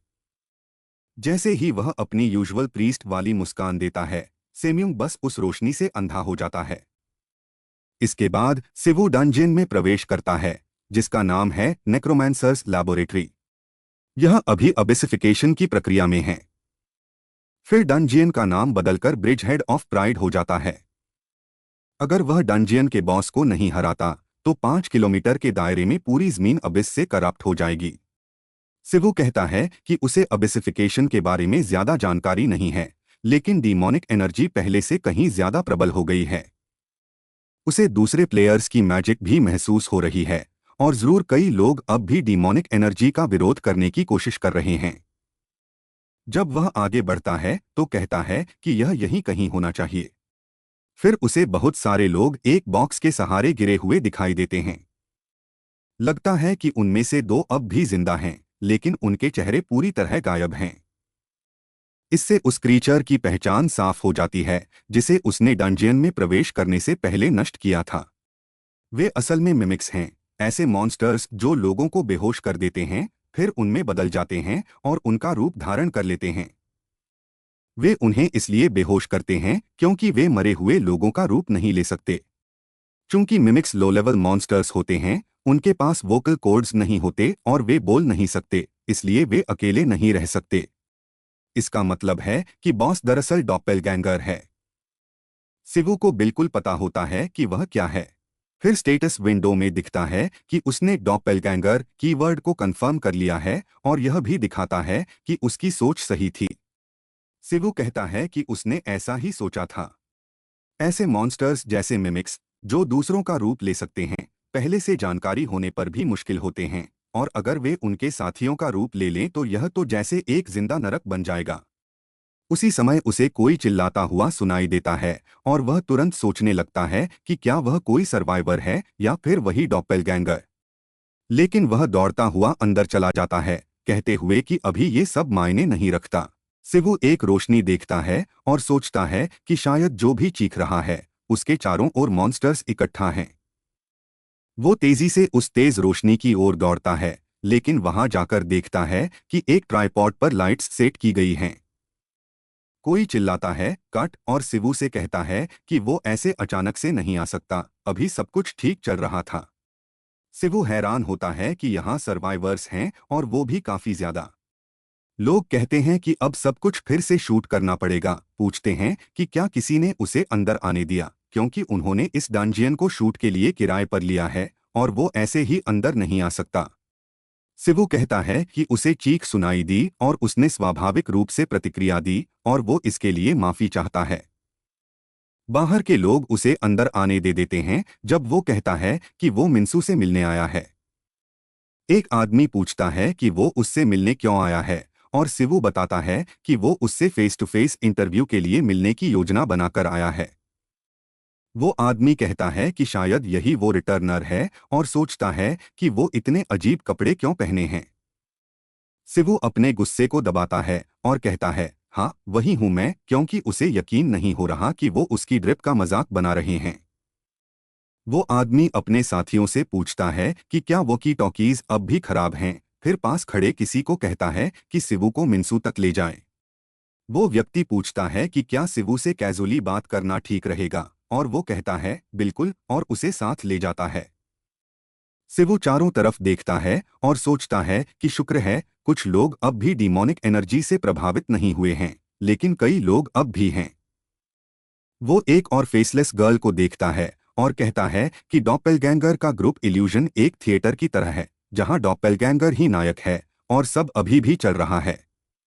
जो खिलाड़ी अब भी एनर्जी से प्रभावित नहीं हुए हैं वो भी इसके असर में हैं। अगर यह ग्रुप इल्यूजन का इस्तेमाल कर रहा है तो इसका मतलब है कि इसने काफी ताकत हासिल कर ली है। शायद इसी वजह से डिमोनिक एनर्जी डंजियन से बाहर भी फैल रही है। गाइड फिर उसे बताता है कि उसे इतना नर्वस होने की जरूरत नहीं है, क्योंकि पूरा इलाका उनके नियंत्रण में है। शिवू पूछता है कि इसका क्या मतलब है और वो कहते हैं कि उनके पास बॉस को कैद में रखा गया है। शिवू पूछता है कि कैद का मतलब क्या है और उसने अभी क्या सुना। वो आदमी बताता है कि आमतौर पर वो डंजियन में इसी तरह से शूटिंग करते हैं, क्योंकि अगर वो बॉस को मार देते हैं तो डंजियन ही गायब हो जाएगा, जो वो नहीं चाहते। लेकिन वो उसे आज़ाद भी नहीं छोड़ सकते, इसलिए वो बॉस को कमज़ोर करते हैं और उसे चेन्स से बांध देते हैं। इससे डंजियन के बाकी मॉन्स्टर्स भी कमज़ोर हो जाते हैं, जिससे फिल्मिंग आसान हो जाती है। वो कहता है कि इसका मतलब है कि वो उसे मौत के कगार पर ले जाते हैं और जिंदा रखते हैं। शिवू कहता है कि शायद साटन को इंसानों से कुछ सीखना चाहिए था। अगर वो अब तक ये करते आ रहे हैं और सब ठीक था, तो शायद इस बार डॉपलगैंगर के साथ उनकी किस्मत ही खराब थी। लेकिन ये शायद कर्मा है। इनवुक को मिंसू पर विश्वास है, लेकिन ऐसा नहीं लगता कि मिंसू को सेफ्टी का कोई अंदाजा है और शायद यह काम नहीं करेगा। वो बॉस रूम की ओर बढ़ते हैं और वो आदमी कहता है कि मिंसू अंदर उसका इंतजार कर रहा होगा और वो बाद में आकर साथ में फिल्म करेगा। शिवू उसे धन्यवाद देता है और उसे जाते हुए देखता है। फिर वो दरवाजा खोलता है और देखता है कि मिंसू कुछ लोगों से बात कर रहा है। उन लोगों में से एक सीधा उसकी तरफ देखता है। मिंसू मुड़कर देखता है कि वो क्या देख रहा है और एसईओ को देखता है। वो पूछता है कि वो यहाँ क्यों आया है। शिवू अपना परिचय इनबुक के भाई के रूप में देता है। मिंसू कहता है कि उसने उसके बारे में बहुत सुना है और सोच रहा था कि वो कब आएगा, वो उससे कहीं ज्यादा हैंडसम है जितना उसने बताया था। शिवू सोचता है कि ये आदमी तो सच में चमक रहा है और उसकी आवाज भी काफी अच्छी है। मिंसू कहता है कि उसका यहाँ तक का सफर मुश्किल रहा होगा और उसे बैठने को कहता है। शिवू एक तरफ जाकर बैठ जाता है। मिंसू पूछता है कि क्या वो वीडियो को उस तरह एडिट कर सकते हैं जैसे उसने कहा था, क्योंकि उसे थोड़ी देर शिवू से बात करनी है। शिवू कहता है कि मेटा यूजर्स वाकई बहुत बिजी होते हैं। मिंसू हंसते हुए कहता है कि उसे कुछ बेहतर पेश करना चाहिए था, लेकिन उसके पास सिर्फ इंस्टेंट कॉफी है। शिवू कहता है कि उसे पसंद है। मिंसू पूछता है कि सफर कैसा रहा और शिवू बताता है कि कुछ स्टाफ उसे यहाँ लाए और रास्ते में कई लोग मिले। मिंसू कहता है कि रियलिज्म इस प्रोजेक्ट के लिए जरूरी है, इसलिए वो सारे एडिटर्स लाते हैं जो मदद कर सकते हैं। शिवू पूछता है कि क्या यहाँ सब प्लेयर्स हैं। मिन्सू कहता है हाँ, लेकिन वो इतने स्किल्ड नहीं हैं कि हंटर्स बन सकें। हर प्लेयर एक जैसा नहीं होता, लेकिन वो उन्हें अच्छा भुगतान देता है। सिवू सोचता है कि शायद इनबुक भी प्लेयर इसलिए बनना चाहता है क्योंकि मिन्सू भी है। मिन्सू कहता है कि उसने सुना था इनबुक भी आएगा और पूछता है कि क्या वो बाहर इंतजार कर रहा है। सिवू कहता है कि वो ठीक महसूस नहीं कर रहा था, इसलिए वो अकेला ही आया। मिन्सू पूछता है कि क्या वो फिर से बीमार हो गया है, ये बताते हुए कि पहले भी जब वो उसके वीडियो एडिट करता था तब भी बीमार पड़ता था। वो कहता है कि उसे कुछ ट्रीट्स भेज देगा। सिवू सोचता है कि किसी अजनबी से बातचीत शुरू करने का सबसे अच्छा तरीका है साझा चीजों की बात करना। उसे लगता है कि ये आदमी बहुत ही मिलनसार है। वो सोचता है कि क्या ये हमेशा ऐसा ही था या इन्फ्लुएंसर बनने के बाद बदला है। सिवू हंसने लगता है और कहता है कि ये तो बड़ा दिलचस्प इंसान है। मिन्सू पूछता है कि उसका क्या मतलब है और सिवू कहता है कि उसने उसके भाई से मुलाकात की है, जो हमेशा से काफी कमजोर रहा है। मिन्सू हंसते हुए कहता है कि उसे ऐसा ही लगा था। फिर वो कहता है कि सिवू काफी हैंडसम है और क्योंकि वो प्लेयर भी है, लेकिन सिवू बीच में ही रोक देता है और कहता है कि उसके पास एक सवाल है।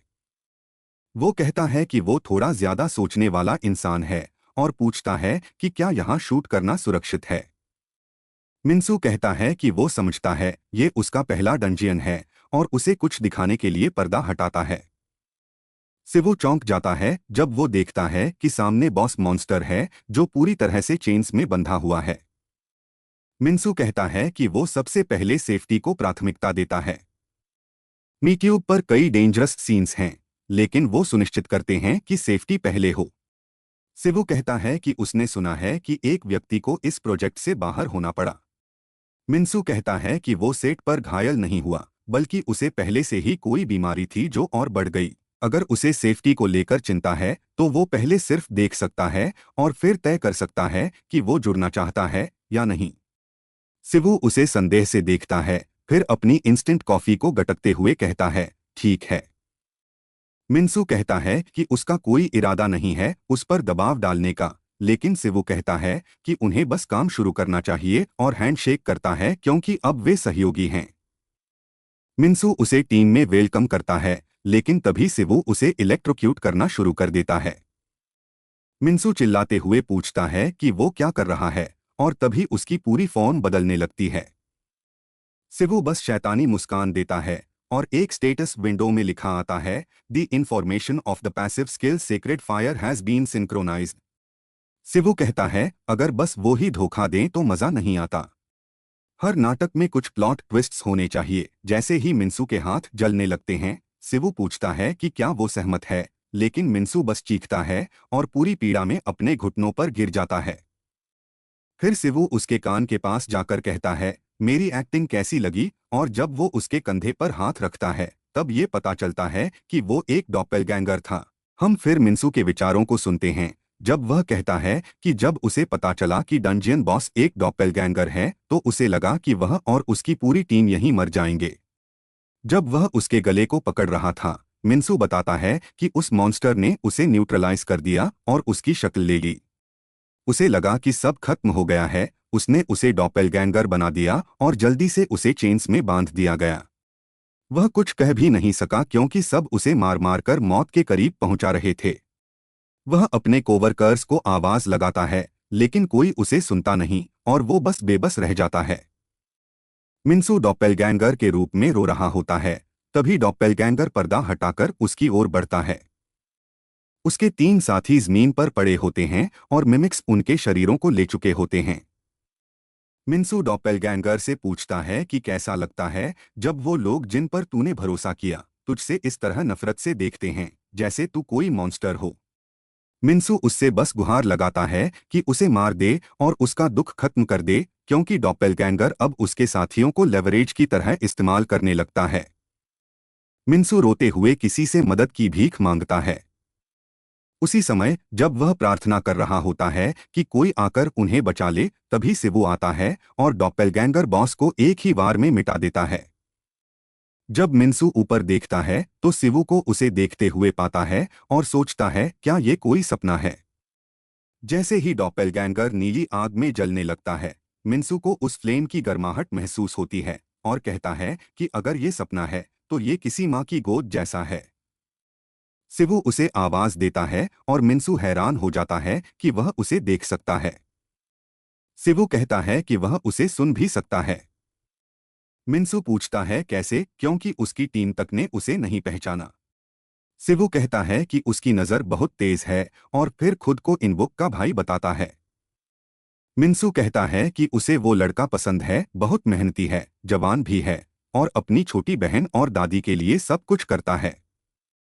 उसने सुना कि उसका भाई 5 साल पहले गायब हो गया था। सिवू थोड़ा उदास होकर कहता है कि उसने उसे कोई चॉइस नहीं दी थी, क्योंकि इस डंजियन में सबसे ज्यादा तकलीफ उसी ने सही है। सिवू कहता है कि मिन्सू के पास दो विकल्प हैं। मिन्सू कहता है कि जिस पल उसे एहसास हुआ कि मॉन्स्टर ने उसकी पहचान चुरा ली है, उसने मान लिया था कि अब उसका अंत आ चुका है और वह चाहता है कि उसकी जान ले ली जाए। सिवू हैरान होकर पूछता है कि वह क्या बकवास कर रहा है। मिन्सू कहता है कि वह इंसान के हाथों मरना चाहता है। लेकिन सिवू कहता है कि वह गलत सोच रहा है और पहले उसकी बात पूरी ध्यान से सुने। पहला ऑप्शन है इस बंदे का सिर फोड़ देना। दूसरा है इसे सेक्रेड फायर से फिर से जलाना। और बता दूं, दूसरा ऑप्शन ज्यादा पेनफुल है। मिन्सू बिना हिचकिचाए कहता है कि उसे तब तक तड़पाना चाहिए जब तक उसकी आखिरी सांस न निकल जाए। सिवू जवाब देता है, बिल्कुल। डीमंस को जलाने से बेहतर कुछ नहीं। मैं इसे अच्छे से भून दूंगा। जैसे ही वह उसे फिर से आग में झोंकता है, डॉपेलगैंगर पागलों की तरह चीखने लगता है। मिन्सू के चारों ओर की चेन्स टूटने लगती हैं और उसका शरीर सेक्रेड फायर से घिर जाता है। एक स्टेटस विंडो में लिखा आता है, you have received salvation through the fire. You have completed the hidden objective redemption. Another worldly god has responded to your tears. एक देवी की छवि उसके सामने उतरती है। वह अपनी आंखें खोलती है और कहती है कि खुद को दोष मत दो, यह तुम्हारी गलती नहीं है। जैसे ही उसका शरीर वापस इंसानी रूप में लौटता है, वह रोते हुए कहता है कि उसने कभी चमत्कारों में विश्वास नहीं किया। पर अगर यह चमत्कार नहीं है तो और क्या है? दूसरी ओर सिवू को स्टेटस विंडो में बताया जाता है, the dungeon will close in an hour. You have received 50 divine points for clearing it and an additional 100 for completing the quest redemption. सिवू कहता है कि उसे अच्छा नहीं लग रहा, सोचता है कि अगर वह थोड़ी देर पहले आया होता तो शायद सब कुछ अलग होता। फिर वह सोचता है कि शायद तब हालात और भी बुरे होते। कोई गंभीर रूप से घायल नहीं हुआ और सब जल्दी जाग जाएंगे। जमीन पर वह मिन्सू को गॉडेस को पुकारते हुए सुनता है और सिवू कहता है, बस अब इतना ही। वह कहता है कि उसे रेमान को इतनी जल्दी देखने की उम्मीद नहीं थी। पिछली बार जब उन्होंने विदा ली थी, उसने सोचा था कि वह उसे सालों तक नहीं देख पाएगा। वह कहती है कि ऐसा इसलिए हुआ क्योंकि वह बहुत मेहनत कर रहा था और उसने कहा भी था कि जल्दी मिलेगी। सिवू कहता है कि उसे नहीं लगा था कि 3 दिन में ही मिल जाएगी। वह उससे बहुत करीब आकर कहती है कि वह उसका चेहरा फिर से देखकर खुश है। सिवू थककर पूछता है कि वह इस बार कितनी देर तक रह सकती है। वह कहती है, लगभग 5 मिनट। ये इसलिए मुमकिन है क्योंकि यह जगह अजीब है। यहाँ एक डायमेंशनल गैप है। मैंने तुम्हारी प्रेजेंस महसूस की, इसलिए तुरंत आ गई। वह पूछता है कि क्या इसका अबिस डंजियन से कोई लेना देना है और कहता है कि वह बाद में इसकी जांच करेगा। वह कहती है कि वह दिखा रही है जैसे उसे उससे मिलना अच्छा नहीं लगता, लेकिन वह जानती है कि वो चाहता है कि वह यहाँ हो, वह हमेशा ऐसा ही रहता है। वह कहता है, अब बकवास बंद करो। फिर पूछता है कि जब वह किसी को सीधे हील नहीं करती तो उसने मिन्सू को कैसे हील कर दिया, जबकि वह यहाँ शारीरिक रूप से मौजूद भी नहीं है। अब मिन्सू उसकी दिव्यता की वजह से बेहोश है। वह कहती है कि उसे लगा मिन्सू अच्छा इंसान है। जो इंसान अपने साथियों के घायल होने का जिम्मेदार खुद को मानता है, वह बुरा नहीं हो सकता।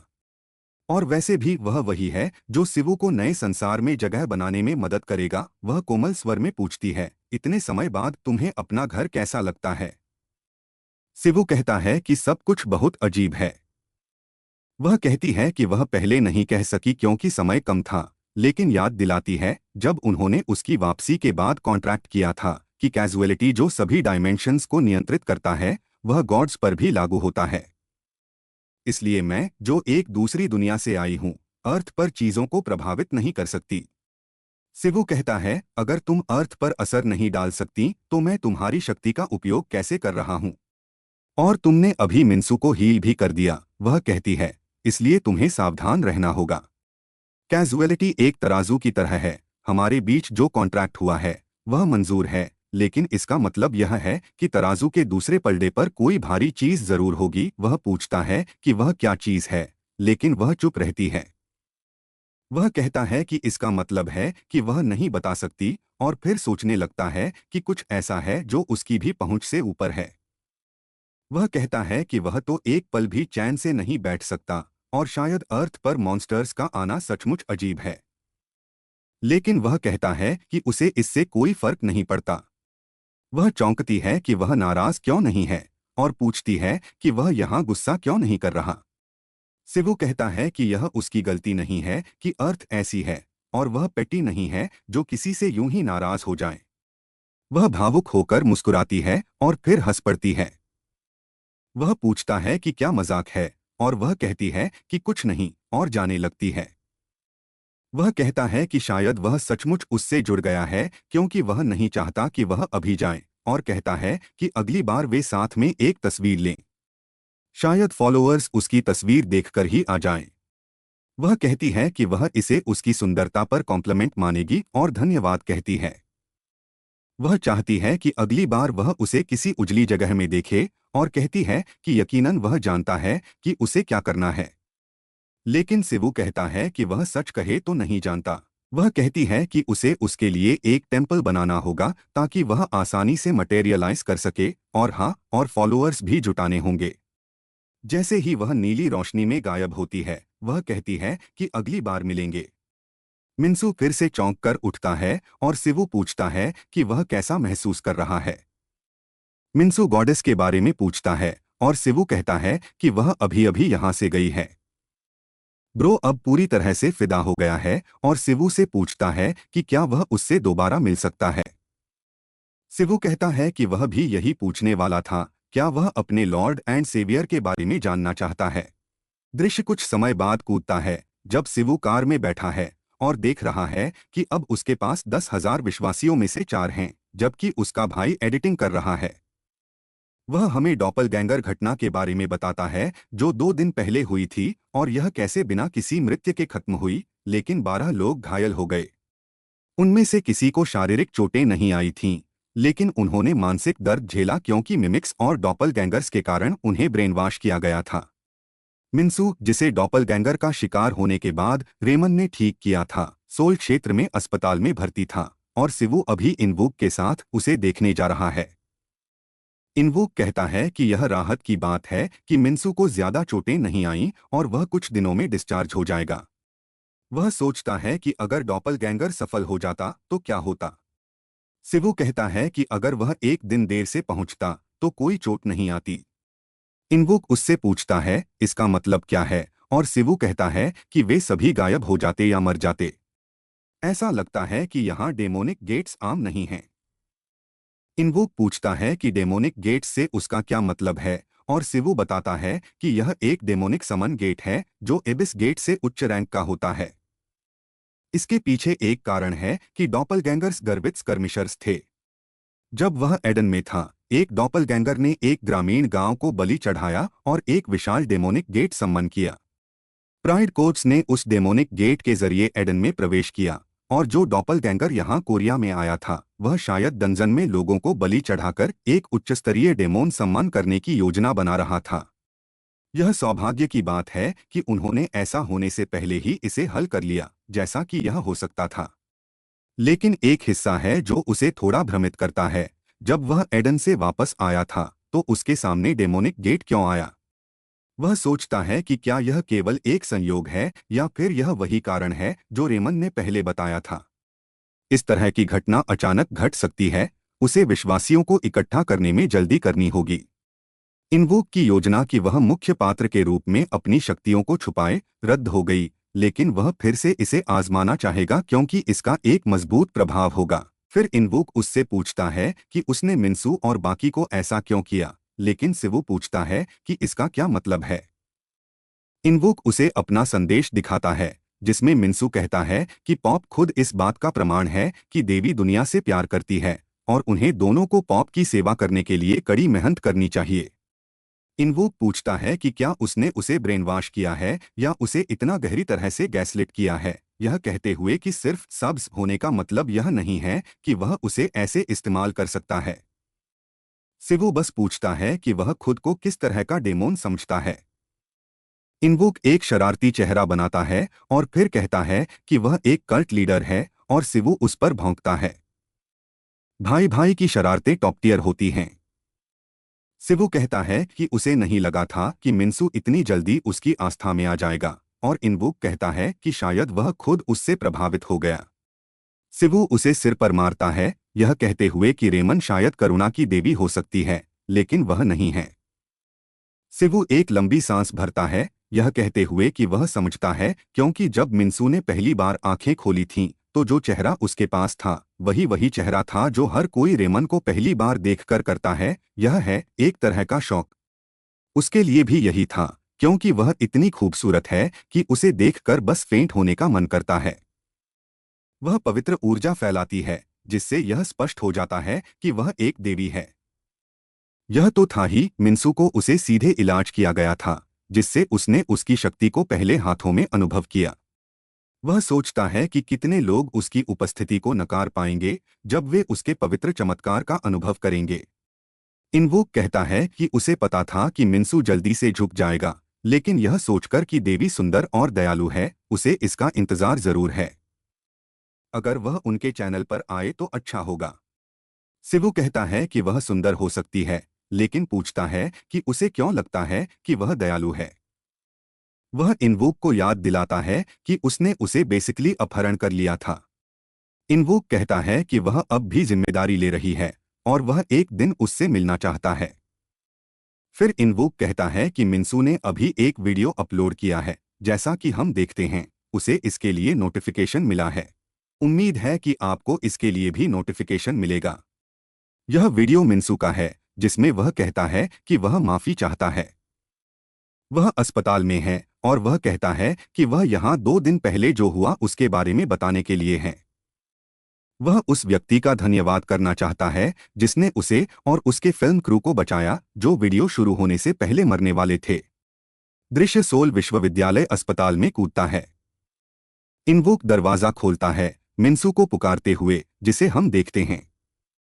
मिन्सू पूछता है कि वह कैसे है, कहता है कि उसने सुना है कि वह बीमार था।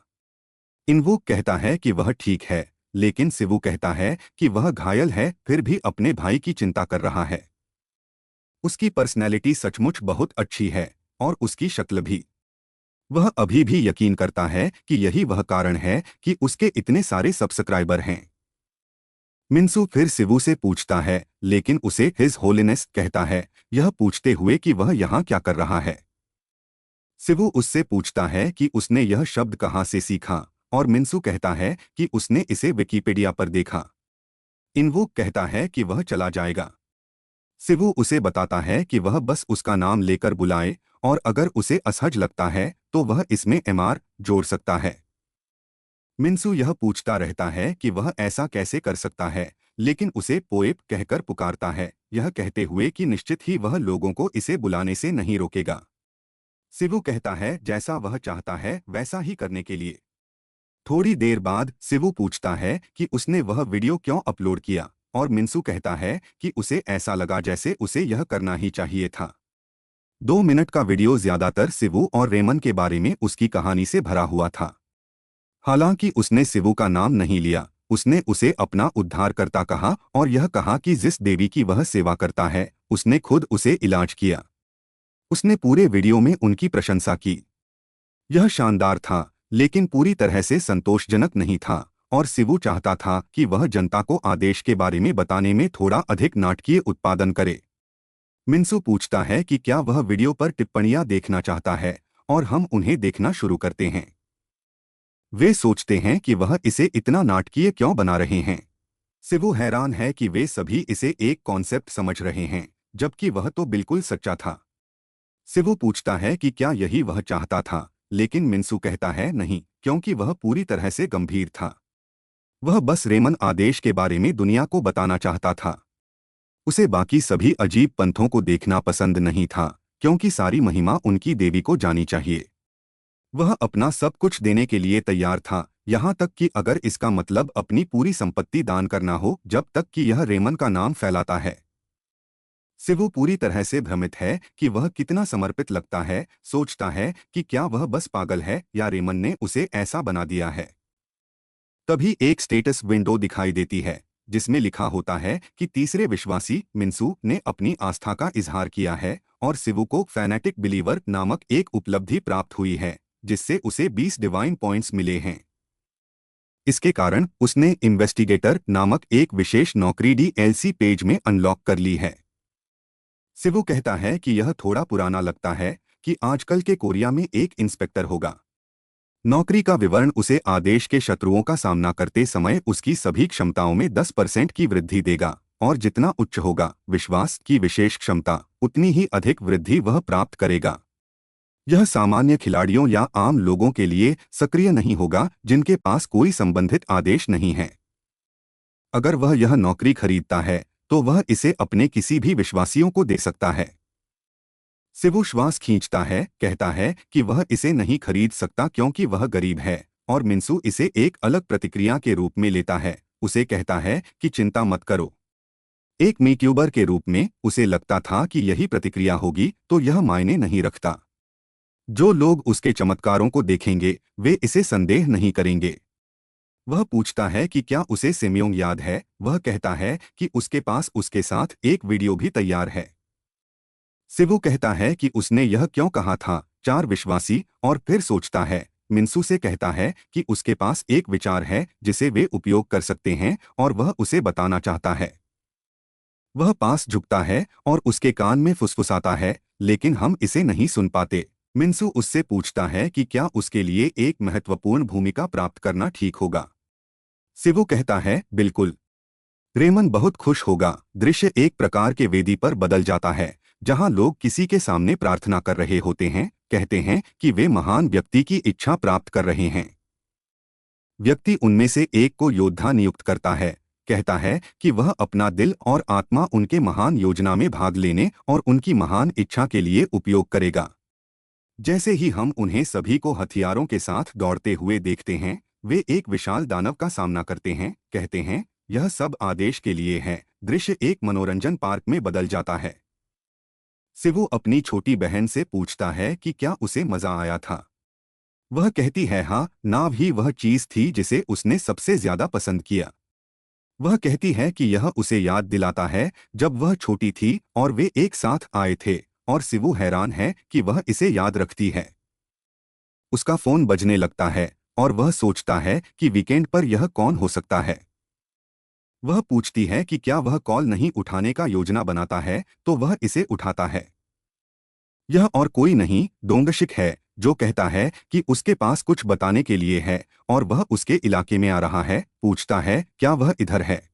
दृश्य अब एबिलिटी मैनेजमेंट ब्यूरो में शिफ्ट होता है और डोंगशिक कहता है कि उसने सुनिश्चित किया कि साइयोन सुरक्षित घर पहुंच जाए और वो अचानक से आए जाने के लिए माफी चाहता है।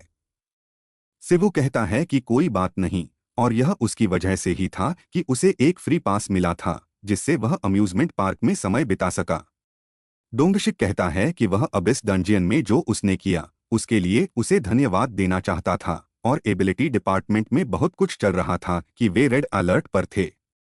सिवू पूछता है कि क्या यही कारण है कि वह उससे बात करना चाहता है, और डोंगशिक कहता है हाँ। चूंकि उनके पास समय की बर्बादी करने का अवसर नहीं है, वह सीधे बात पर आते हुए कहता है यह एक वीडियो है जो यूट्यूब पर वायरल हुआ है। यह वही चीज है जो हमने पहले देखी थी, और वह सिवू से पूछता है कि वह इसके बारे में क्या सोचता है। सिवू सोचता है, कहता है कि यह एक स्पष्ट उदाहरण है एक कल्ट का। डोंगशिक कहता है कि उसे पता था, और पूछता है कि क्या यही सच में उसकी सोच है। सिवू कहता है कि शायद उन्हें इंडस्ट्री कोलीग कहना बेहतर होगा, और डोंगशिक हंसते हुए कहता है कि उसे उसकी ईमानदारी पसंद है। शिवू फिर उससे कहता है कि वह सिर्फ मजाक कर रहा था। बेचारा डोंगशिक। शिवू पूछता है कि यह वीडियो उसे क्यों दिखाया जा रहा है और क्या इसका मतलब यह है कि वह उसे उन पागल कल्ट्स में से एक बनाने से रोकना चाहता है। क्या यही उद्देश्य है? डोंगशिक घबराते हुए कहता है कि यह उसका उद्देश्य नहीं है और कि सरकार और देश उन संस्थाओं में से नहीं हैं जो धर्म को दबाती हैं। लेकिन यह बदल जाता है जब वे व्हाइट ब्रिलियंस ऑर्डर के बारे में बात कर रहे होते हैं। शिवू पूछता है कि यह क्या है और डोंगशिक बताता है कि यह वही संगठन है जो उसने वीडियो में दिखाया था।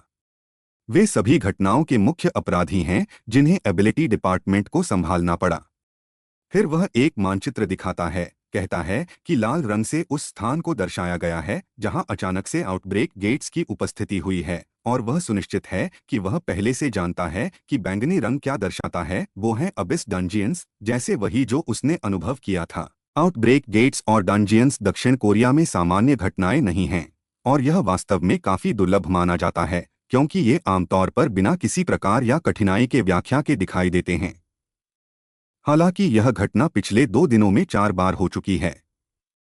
अधिकांश मामलों में क्षेत्रीय गिल्ड मदद करने के लिए रिजर्व सैनिकों को सक्रिय करती हैं जिनके साथ वे जरूरत पड़ने पर सहयोग कर सकते हैं। लेकिन व्हाइट ब्रिलियंस ऑर्डर उन्हें इससे पहले ही संभाल लेता है। यह सभी गेट्स के लिए हुआ है सिवाय उस एक के जिसे उसने संभाला था। शिवू पूछता है कि यह कैसे संभव है और डोंगशिक बताता है कि व्हाइट ब्रिलियंस ऑर्डर एक नया धार्मिक संप्रदाय है जिसे पिछले 6 महीनों में स्थापित किया गया है। उनका दावा है कि वे पहले दूसरों से पहले गेट्स को संभाल सकते हैं क्योंकि उनके भगवान ने उन्हें भविष्य देखने की शक्ति दी है। उनकी अत्यधिक संरक्षित प्रकृति के कारण एबिलिटी मैनेजमेंट डिपार्टमेंट को उनके बारे में और अधिक जानकारी प्राप्त करने में कठिनाई हुई है। हालांकि वे अविश्वसनीय रूप से मजबूत हो गए हैं और अब उन्हें नजरअंदाज नहीं किया जा सकता। एक सदस्य के पीछे ल्यूसिफर की ओमिनस आभास। शिवू सिर्फ इस बात से हैरान है कि वे 6 महीनों में इतनी बड़ी ताकत में बदल गए और कहता है कि उनके भविष्य देखने के दावे में कुछ गलत है। वह समझता है कि वह यहाँ क्यों है उसके लिए।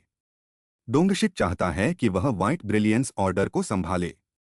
डोंगशिक अपनी गला साफ करता है, कहता है, उनका नाश करने के लिए नहीं बल्कि हम आपकी सहयोग की अपेक्षा करते हैं चूंकि ऐसा लगता है कि उनके पास राजनीतिक और आर्थिक क्षेत्र में प्रभाव है। एबिलिटी डिपार्टमेंट के लिए उन्हें जांचना मुश्किल हो गया है। उनके पास पहले से ही आउटब्रेक गेट्स और डंजियंस से निपटने का काफी काम है और उनके लिए किसी जैसे शिवू से मदद प्राप्त करना महत्वपूर्ण है। शिवू कहता है कि चूंकि व्हाइट ब्रिलियंस ऑर्डर मीडिया का उपयोग कर रहा है तो यह संभव है कि वे उसकी क्षेत्र में भी घुसने की कोशिश करेंगे। हालांकि सरकार उसके पक्ष में है, इसलिए वह सुनिश्चित करेगा कि वे सतह पर आने का पछतावा करें। वह डोंगशिक से कहता है कि वह ऑर्डर के बारे में उसके साथ सहयोग करेगा। चूंकि अबिस डंजियन और व्हाइट ब्रिलियंस ऑर्डर जुड़े हो सकते हैं, वह इसे खुद जांचेगा। डोंगशिक हैरान होता है कि उसने इतना आसानी से इसे स्वीकार कर लिया। कहता है कि वे उसकी कोशिशों का समर्थन करने के लिए पूरी तरह से तैयार हैं। हालांकि वे उसकी सभी शक्तियों का पता नहीं लगा सके, लेकिन इस बात से कि वह दक्षिण कोरिया में आया, इसका मतलब है कि वे अब अपने भविष्य के बारे में सपना देख सकते हैं। वह सिर झुकाता है, शिवू को धन्यवाद देता है। शिवू कहता है कि इसमें कोई जरूरत नहीं है और वह सिर्फ यह सोचता है कि डोंगशिक खुश क्यों है। वह असल में समझ नहीं पा रहा है कि वह पिछले 5 वर्षों में जब वह गायब था तो दक्षिण कोरिया में क्या हुआ। फिर हमें शिवू के अपार्टमेंट में मिन्सू का एक वीडियो सुनाई देता है। वह कह रहा है कि एक नया हिडन प्लेयर ने अपनी क्षमता का उपयोग करके वाइवर्न्स को चीर दिया। किसी भी प्रकार के जादू या कौशल में देरी के कोई संकेत नहीं थे और उसे लगता है कि उसके हाथों पर जो आग है वह सेक्रेड फायर कहलाती है। यहाँ तक कि सामान्य मॉन्स्टर्स और अनडेड भी इससे अविश्वसनीय नुकसान उठा रहे हैं। वह कहता है कि सभी को यह जानने की जिज्ञासा होगी कि यह व्यक्ति कौन है और इसलिए वह उसे अगले वीडियो में बुलाएगा। वे अपने चैनल पर प्रसारण की तिथि की घोषणा करेंगे जब सब कुछ अंतिम रूप से तय हो जाएगा और वे चाहते हैं कि लोग तब तक इंतजार करें। शिवू कमेंट्स को स्क्रॉल करता है और यह अधिकांश लोग मिन्सू को फ्लेम करते हुए कह रहे हैं कि वह उन्हें धोखा देने की कोशिश करेगा, जबकि कुछ लोग उसके पक्ष में हैं।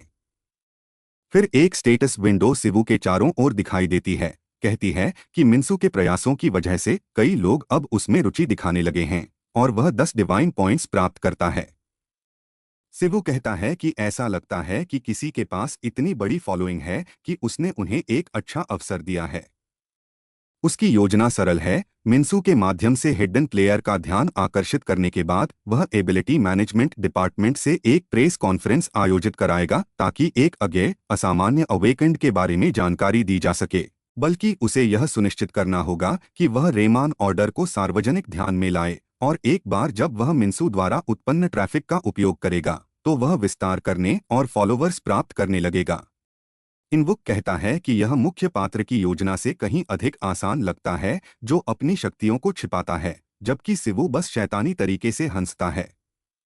इनवुक पूछता है कि क्या उसे सच में लगता है कि यह मूर्खतापूर्ण योजना काम करेगी। कहता है कि यह न तो ठोस है और न ही कूल। फिर उनके फोन में जोर से बीपिंग होने लगती है और वे दोनों नीचे देखते हैं, हैरान होते हैं कि ग्योरो में एक आउटब्रेक गेट है। यह एक माध्यमिक स्तर का आउटब्रेक है जो विश्वविद्यालय अस्पताल के पास है और सभी को छोड़कर सी रैंक और ऊपर के लोग ही वहां रह सकते हैं क्योंकि मॉन्स्टर्स को अनडेड के रूप में पुष्टि की गई है। इनवुक जल्दी से दौड़ता है, साइलियन से कहता है कि उसे जागना चाहिए क्योंकि उन्हें निकलना होगा। सिवू कहता है कि अस्पताल वही जगह है जहां मिंसू है और यह निश्चित रूप से कासुअलिटी है क्योंकि यह संयोग के लिए बहुत स्पष्ट है। इनवुक बाहर आता है, अपनी छोटी बहन से कहता है कि यह ठीक है और सिवू से कहता है कि वह आगे जा सकता है क्योंकि वह साइयोन को निकासी केंद्र ले जाएगा। सिवू कहता है कि उसने कभी नहीं कहा कि वह जा रहा है। इनवुक कहता है कि उसने उसे एडन में अपनी कहानी सुनाई थी जब उसने पड़ोसी देशों की मदद की थी, इसलिए वह जरूर जाएगा क्योंकि यह उनका है। फिर डोरबेल बजने लगती है और सिवू इसे खोलता है, यह देखने के लिए कि एबिलिटी डिपार्टमेंट के लोग उसकी फैमिली को पास के सुरक्षित घर तक ले जाने जा रहे हैं और डॉनगशिक को सिवू की जरूरत है जब भी वह जाने के लिए तैयार हो। हालांकि सिवू इस तरह से दिखता है जैसे वह सच में जाने का प्लान नहीं बना रहा था, क्योंकि उसे लगता है कि वहां रहते हुए स्थिति और भी खराब हो जाएगी क्योंकि यह कारणात्मकता के कारण होगा। कार में जाते हुए एक आदमी उसे बताता है कि मॉन्स्टर्स मुख्य रूप से अनडेड प्रकार के हैं और गेट कोर अभी तक नहीं मिला है। उन्होंने कम से कम सी रैंक क्वालिफिकेशन वाले हंटर्स के लिए प्रवेश प्रतिबंधित कर दिया है। बुसान त्रासदी के 3 साल हो चुके हैं जहां शहर में आखिरी आउटब्रेक गेट आया था। हम आसमान में एक खतरनाक लाल वृत्त को तैरते हुए देखते हैं और वह आदमी सिवू से कहता है कि वे पहुंच गए हैं। जैसे ही सिवू को वहां ले जाया जाता है, हम देखते हैं कि सभी लोग डर से कांप रहे हैं और घबराए हुए हैं। सिवू कहता है कि यह सचमुच सिर्फ अराजकता का रूप है। जैसे ही वह गेट की ओर बढ़ता है, यह उसे चेतावनी देता है, कहता है, खतरनाक ऊर्जा ने निम्नलिखित गेट के पास महसूस की गई है। सिवू आगे बढ़ता है और हम देखते हैं कि अन्य हंटर भी मौके पर हैं। वे एक दूसरे से बात करते हुए प्रतीत होते हैं और सिवू कहता है कि यह जगह बाहर से बहुत अलग है क्योंकि बाकी सभी लोग भयभीत हैं, लेकिन वे लड़ने के लिए तैयार दिखते हैं। डॉनगशिक उसे बताता है कि वे गिल्ड संबंधित खिलाड़ी हैं और उसे यह समझने में परेशानी हो सकती है कि यह कैसे काम करता है, लेकिन यही तरीका है। जब तक सेक्टर असाइनमेंट पूरे नहीं हो जाते, वे अपनी ऑपरेशन शुरू नहीं कर सकते और यह विशेष रूप से आपातकालीन परिस्थितियों में सच है। सिवू पूछता है कि सेक्टर असाइनमेंट से वह क्या मतलब है और डॉनगशिक कहता है कि सामान्य लोगों के लिए अराजकता के गेट केवल आपदाएं हैं, हालांकि खिलाड़ियों के लिए यह उनका मुख्य काम है। इस समय गिल्ड का प्रतिनिधि उपजगाही क्षेत्र को सेक्टर में बांट रहा होगा। सिवू कहता है कि समय के साथ दुनिया और दिलचस्प होती जा रही है, लेकिन सच में यह उसे नफरत दिलाता है। वह डॉनगशिक से पूछता है कि क्या उसे कल की बातचीत याद है जिसमें उसने कहा था कि अगर वह व्हाइट ब्रिलियंस ऑर्डर में मदद करता है तो वह उसके फैसलों का समर्थन करेगा। डॉनगशिक कहता है हाँ, और सिवू उसे बताता है कि वह इस गेट को खुद ही संभालेगा और बाकी सभी को सर्वाइवर्स को बचाने पर ध्यान केंद्रित करना चाहिए। वह मुकाबले से जुड़ी सभी चीजों का ध्यान रखेगा। डॉनगशिक उसे अन्यथा समझाने की कोशिश करता है, लेकिन सिवू उसके कंधे पर हाथ रखता है और सीधे अपने पोप मोड में रूपांतरित हो जाता है।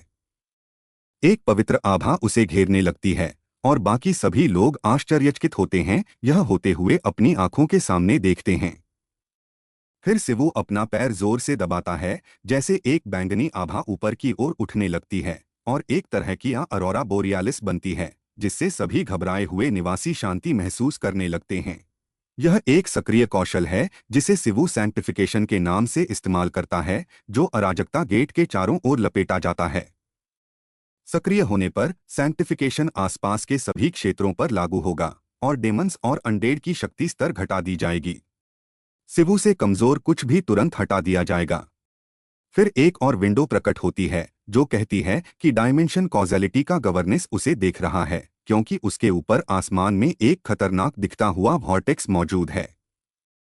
सिवू एक घुटने के बल बैठ जाता है और रेमन को पुकारता है। उसे कहता है कि वह उन पर दैवीय दंड बरसाए जो इस भूमि में शांति को नष्ट करने की कोशिश करते हैं। उन जो उसके रास्ते में खड़े हैं, उन्हें हराने का दायित्व निभाने के लिए वह अपना शरीर पूरी तरह से उसके लिए समर्पित करेगा। अस्पताल के अंदर लोग चिल्ला रहे थे जैसे ही मृतक उनके रास्ते में आ रहे थे। मिन्सू एक तलवार के साथ और कुछ लोग उसके सामने दौड़ रहे थे। उसने लड़ने का निर्णय लिया, अपनी तलवार घुमाई और एक को आधा काट दिया। उसने पूछा क्या वे अभी भी नहीं जानते कि डंगन बॉस कहाँ है, और दूसरे आदमी ने कहा कि सबसे छोटा उसे ढूंढने गया था, लेकिन वह अभी तक वापस नहीं आया। मिन्सू ने कहा कि वे यहाँ बैठकर नहीं रह सकते, उन्हें खुद बॉस को ढूंढना होगा। यह पहले ही काफी मुश्किल है और अगर गेट की कठिनाई बढ़ जाती है तो वे कुछ नहीं कर पाएंगे। दूसरा आदमी कहता है कि इसका कोई अंत नहीं है, यह पूछते हुए कि उन्हें और कब तक इसे सहना पड़ेगा। वह शर्त लगाता है कि गिल्ड वाले क्षेत्र पर लड़ रहे हैं और एबिलिटी मैनेजमेंट विभाग इसके लिए पर्याप्त कुशल नहीं है, यह पूछते हुए कि क्या कोई उन्हें मृतकों से बचाने के लिए नहीं आ रहा है। मिन्सू कहता है कि उन्हें थोड़ा और धैर्य रखना चाहिए, उसे यकीन है कि उन्हें मदद मिलेगी। वह आदमी पूछता है कि कौन, और मिन्सू बताता है कि वह किसी को जानता है। जैसे ही वे दरवाजे तक पहुंचते हैं, वे इसे खोलते हैं और अंदर जाते हैं। उनमें से एक आदमी कहता है कि उसे तुरंत छत पर जाना चाहिए। मिन्सू जल्दी से दौड़ता है और दरवाजा खोलता है और वे तीनों हैरान हो जाते हैं जब वे मृतकों की एक पूरी सेना देखते हैं। ऐसा लगता है कि कुछ और है, क्योंकि मिन्सू घबराया हुआ होता है जब एक स्थिति विंडो उसके सामने दिखाई देती है। इसमें लिखा होता है कि एक रहस्यमय आतंक आ रहा है और लिच, जो प्राइड का अनुयायी है, दिखाई दिया है। उसने केओस गेट के कोर को पा लिया है, जो और कोई नहीं बल्कि लिच ही हो सकता है। मिन्सू कहता है कि लिच सबसे उच्च श्रेणी का मृतक है और इसका अस्तित्व अकेले ही आतंक का कारण है। एक रैंक हंटर के रूप में वह इसके बारे में कुछ नहीं कर सकता, जबकि बाकी लोग रोने लगते हैं, कहते हुए कि अब उनका काम खत्म हो गया है। मिन्सू भी वही महसूस करता है, कहता है कि वह जो कुछ कर सकता था वह अब केवल अपनी मौत का इंतजार करना है।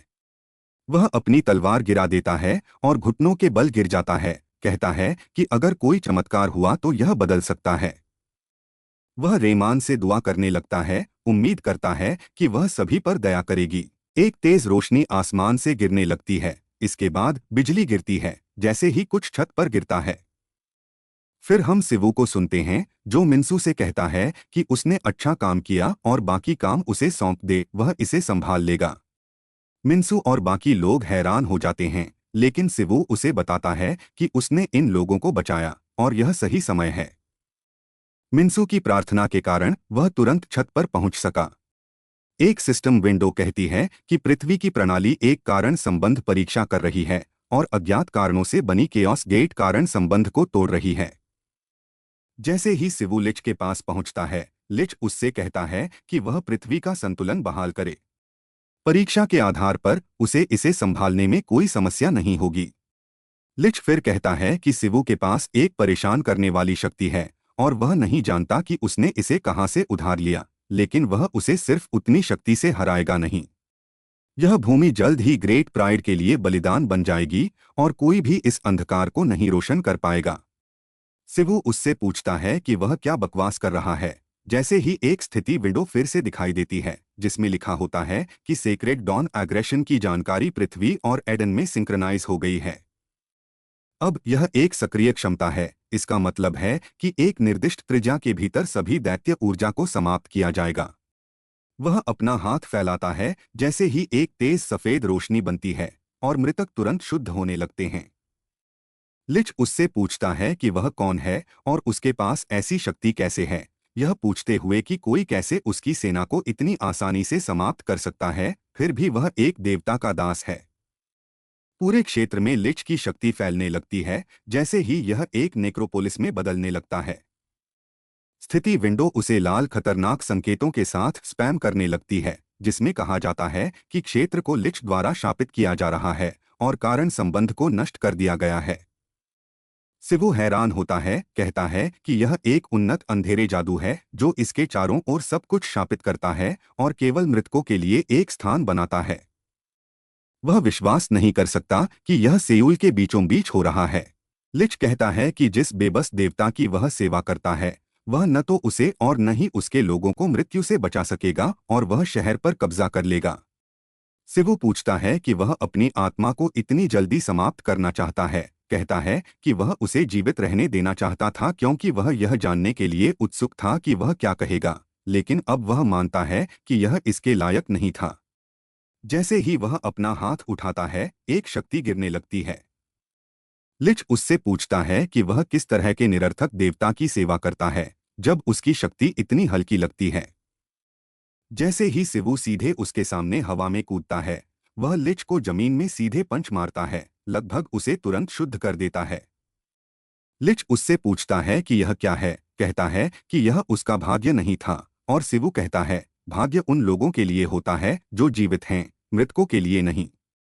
लिच कहता है कि अब वह देखता है कि यह वही है, वह जिसने डॉपेलगैंगर और मिमिक्स को मारा था, पूछते हुए कि वह कैसे ग्रेट वन के योजनाओं को बर्बाद करने की हिम्मत करता है।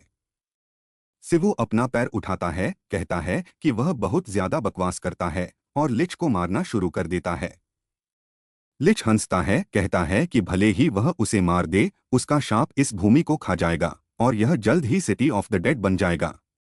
जैसे ही उसकी आत्मा ऊपर उठने लगती है, सिवु उसे कुचल देता है, इससे पहले कि वह और बकवास कर सके, क्योंकि वह इससे थक चुका है।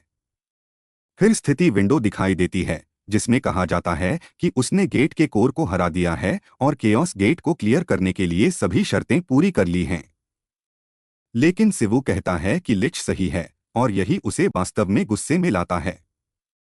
एक स्थान जो कभी नेक्रोपोलिस द्वारा भ्रष्ट हो चुका है, वह मृतकों की भूमि बन जाएगा जहां कुछ भी पैदा नहीं हो सकता या बनाया नहीं जा सकता, और इस डर से यह दरार पृथ्वी पर नरक बन जाएगी, हमेशा मृतकों को उत्पन्न करती रहेगी। उसके पास इस स्थिति के लिए एक कौशल है, लेकिन यह वही कौशल है जिसे वह कभी भी इस्तेमाल नहीं करना चाहता था क्योंकि यह अनावश्यक रूप से शर्मनाक है और उसे नहीं पता कि वह इसे करने के लिए खुद को तैयार कर पाएगा या नहीं। वह व्हाइट ब्रिलियंस ऑर्डर के बारे में सोचता है, कहता है कि जो भी हो और वे जो शो वह उन्हें देने जा रहा है, उस पर नजर रखें। विंडो बताती है कि वह विंग्स ऑफ प्यूरिफिकेशन नामक कौशल का उपयोग करने जा रहा है और फिर आसमान में विशाल वर्टेक्स बंद होने लगता है क्योंकि कारण संबंध उसकी शक्तियों के बारे में चुप रहेगा, जिससे वह नेक्रोपोलिस को शुद्ध कर सके। 8 पंखों का एक गुच्छा सिवु की पीठ से बाहर बढ़ने लगता है जैसे ही वह अस्पताल के ऊपर आसमान में चढ़ता है। सभी लोग अपनी हाथों को बढ़ाते हैं जैसे ही कुछ पंख जमीन पर गिरने लगते हैं, और यहाँ तक कि मिनबू और डोंगशिक भी मौन हो जाते हैं जैसे ही सिवु एक गंभीर आकाशीय आभा देना शुरू कर देता है। अनुयायियों की संख्या तेजी से बढ़ने लगती है जैसे ही वह 13 से 167 फिर 1807 तक पहुंचता है, जैसे ही सभी लोग रेमान की शक्तियों को उनके सामने देखते हैं। सभी लोग अस्पताल की ओर देखते हैं, उस आकाशीय रूप को देखते हुए जैसे ही और पंख उसके पंखों से गिरने लगते हैं। दृश्य एक सम्मेलन में बदल जाता है जहां डोंगशिक कहते हैं कि अब उनके लिए शुरू करने का समय है। वह खुद को एबिलिटी मैनेजमेंट विभाग का प्रमुख बताते हैं और कहते हैं कि वह ब्रीफिंग शुरू करेंगे। गेट दबाव निम्नलिखित तरीके से लागू किया गया। एक गेट का अनुमान था कि वह गुरु विश्वविद्यालय में दिखाई देगा, जो कि हुआ भी, और एबिलिटी मैनेजमेंट विभाग की एक टीम मौके पर पहुंची। परिधि को सुरक्षित किया गया और नागरिकों को बाहर निकाला गया। थोड़ी देर बाद सिवु, जो घटनास्थल पर पहुंच चुके थे, ने लिच का नाश किया, जो कि केओस गेट का कोर था। वर्तमान में आपातकालीन आपदा स्थिति पूरी तरह से हल हो चुकी है और निम्नलिखित सरकारी रिपब्लिक ऑफ कोरिया द्वारा एक आधिकारिक बयान होगा। वे कहते हैं कि सिवू हाल ही में हान नदी पार्क C42 गेट के माध्यम से पृथ्वी पर लौटे थे। वह सोशल मीडिया पर ट्रेंड हो रहे हिडन प्लेयर वीडियो में दिखने वाली शख्सियत हैं। चूंकि सिवू की क्षमताओं को किसी मैजिक एनर्जी मापने वाले उपकरण से मापा नहीं गया है, यह पता लगाना असंभव है कि उनकी शक्ति का स्तर कितना है, लेकिन उन्हें विश्वास है कि नदी किनारे और अस्पताल में उनकी शक्ति को देखकर अन्य जागृत सैनिकों ने यह निष्कर्ष निकाला कि वह वास्तव में एक आपदा रैंक के कम से कम रिटर्नर हैं। वे कहते हैं कि अगर वह एक रिटर्नर और आपदा रैंक हैं, तो इसका मतलब है कि वह एक अनियमित हैं, जिसका अर्थ है कि कोरिया में एक अनियमित आ चुका है और उन्हें जल्दी से निदेशक से संपर्क करना होगा। वे अब घोषित करते हैं कि उनके पास एक अनियमित रिटर्नर है। सिवू कैमरे की ओर मुस्कुराते हुए खुद को पेश करते हैं, कहते हैं कि वह रेमान ऑर्डर के नेता हैं। सभी को यह सोचने लगता है कि क्या वह धार्मिक हैं, और वह बताते हैं कि वह सबसे पहले यह समझाएंगे कि रेमान ऑर्डर किस प्रकार का धर्म है और वह ईडन में जो हुआ उससे शुरू करेंगे। बहुत सारी बातें करने के बाद वह लगभग अंत में पहुंच जाते हैं और कहते हैं कि वह 10 साल तक अपने शरीर और आत्मा को रेमान ऑर्डर में पोप के रूप में समर्पित करने के लिए लौटे। यह पूछते हैं कि क्या कोई सवाल है। सभी जगह विभिन्न समाचार एजेंसियां उनसे पूछती हैं कि पहला अनियमित होने का क्या अनुभव है और क्या वह पृथ्वी पर भी ऑर्डर का संचालन करेंगे। वह कहते हैं हाँ। वे लगातार उनसे सवाल पूछते हैं, यह पूछते हुए कि क्या यह केवल उनके मिशनरी कार्य के लिए एक प्रदर्शन था, यह किसी अन्य धर्म या पंथ से कैसे अलग है, और क्या सरकार और एबिलिटी मैनेजमेंट विभाग ऑर्डर को आधिकारिक रूप से समर्थन देंगे। सिवू कहते हैं कि वह सोच रहे थे कि इन सवालों को शुरू में क्यों नहीं पूछा गया। वह हो सकता है कि ईडन में 10 साल रहे हों, लेकिन एक साथी कोरियाई के रूप में उन्हें भी पंथों से नफरत है। वह कहते हैं, बेशक मुझे उनकी शंका समझ में आती है, हालांकि वह अपने कार्यों के माध्यम से अपनी मजबूत आस्था प्रदर्शित करेंगे। वह कहते हैं कि वह अपने सिद्धांतों में जितनी सख्ती से विश्वास करते हैं, यह व्यक्तिगत निर्णय है और कोई भी उनके धर्म में शामिल होने के लिए दबाव महसूस नहीं करेगा। जब सिवू अपने मन में सोचते हैं कि वह निश्चित रूप से एक अद्वितीय पंथी हैं, तो सन्नाटा गूंजता है क्योंकि कोई भी सदस्य जुड़ने के लिए नहीं पूछता। सभी अन्य लोग लगातार सवाल पूछना चाहते हैं। सिवू पृष्ठभूमि में एक व्यक्ति को देखता है जो विनम्रता से हाथ उठाता है और सिवू कहते हैं कि वह उसे देखकर बता सकते हैं कि वह एक संभावित धर्मी है और वह उससे विशेष रूप से पूछते हैं कि उसका सवाल क्या है। वह सिवू को अवसर देने के लिए धन्यवाद करते हैं, कहते हैं कि उनका नाम एसियो टेहो है और वह ग्योंगा डेली न्यूज से हैं। उन्हें ऑर्डर में बड़ी व्यक्तिगत रुचि है। वह पूछते हैं कि इसके भविष्य में कौन कौन सी गतिविधियां होंगी। सिवू कहते हैं कि अधिक पहुंच और सार्वजनिक अपील को अधिकतम करने के लिए रेमान ऑर्डर यूट्यूब पर पोस्ट करना शुरू करेगा। उनके पास अभी तक चैनल का नाम नहीं है, लेकिन वह सोचते हैं कि यह अच्छा होगा अगर हर कोई उन्हें नाम सुझाए। एसईओ उन्हें जवाब देने के लिए धन्यवाद करते हैं, कहते हैं कि वह निश्चित रूप से इसमें भाग लेंगे और सिवू उन्हें भविष्य के धर्मी के रूप में धन्यवाद देते हैं। कुछ समय बाद डोंगशिक कहते हैं कि सम्मेलन को अब समाप्त किया जाएगा और वे बाद में सिवू से सवाल पूछ सकते हैं। तभी स्टेटस विंडो अलर्ट करती है कि अब उनके पास 10,000 से अधिक विश्वासकर्ता हैं और उन्होंने मुख्य क्वेस्ट पूरा कर लिया है। स्टोर में नए आइटम उपलब्ध हैं, जैसे कि बपतिस्मा ट्रेड और विशेष भूमिका मिशनरी। एक नया मुख्य क्वेस्ट भी है जिसका नाम है एक्सपैंड द कॉन्ग्रेगेशन। हम देखते हैं कि उनके पास उपयोग करने के लिए कुल 2,500 अंक हैं। जबकि उनके ऑर्डर की लोकप्रियता बहुत है, यह अभी तक धार्मिक आस्था नहीं है, इसलिए उन्हें ईश्वर के संदेश को फैलाना जारी रखना होगा। अगले दिन सिवू अपने सोफे पर बैठकर समाचार पढ़ रहे होते हैं, जबकि अन्य कहते हैं कि अगर उन्होंने एक अनडेड प्रकार गेट को सील किया है तो वह कम से कम रैंक हैं। अन्य कहते हैं कि यह केवल सरकार की चाल है। सिवू अपने भाई से पूछते हैं कि क्या वह बुरा दिखता है, और इनवुक कहते हैं नहीं, वह बस बहुत धार्मिक लगता है। सिवू पूछते हैं कि क्या वह बुरा आदमी लगता है, तो इनवुक कहते हैं कि वह दूरी की भावना की कमी से आता है, जैसे उसे एक आस्थावान का पवित्रता नहीं दिखती।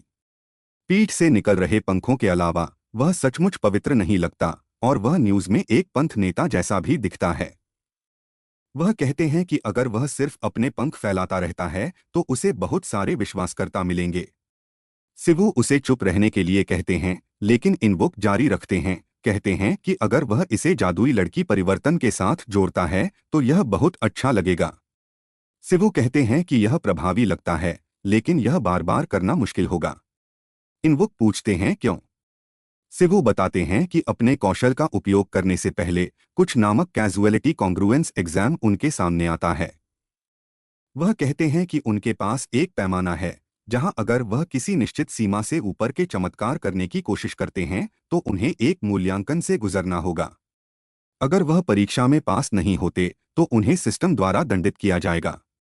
इसका मतलब है कि वह अपनी इच्छानुसार अपनी क्षमताओं का उपयोग नहीं कर पाएंगे और बड़े पैमाने पर दिव्य कौशल जैसे विंग्स ऑफ प्यूरिफिकेशन का उपयोग करने से बचना सबसे अच्छा होगा। इनवुक पूछते हैं कि क्या वह नफरत करने वाली टिप्पणियों से ठीक हैं, कहते हैं कि वह उम्मीद से कहीं अधिक शांत लगते हैं। वह पूछते हैं कि क्या वह उन लोगों से निराश हैं जो उन पर विश्वास नहीं करते। शिवू कहते हैं कि वह जल्दी में थे इसलिए उन्होंने ऑर्डर के बारे में इतनी जल्दी बात की। वह भी इस तरह के पंथ जैसे धर्म में विश्वास नहीं करना चाहेंगे, लेकिन अपने अनियमित कार्यों के माध्यम से उनकी विश्वसनीयता बढ़ेगी।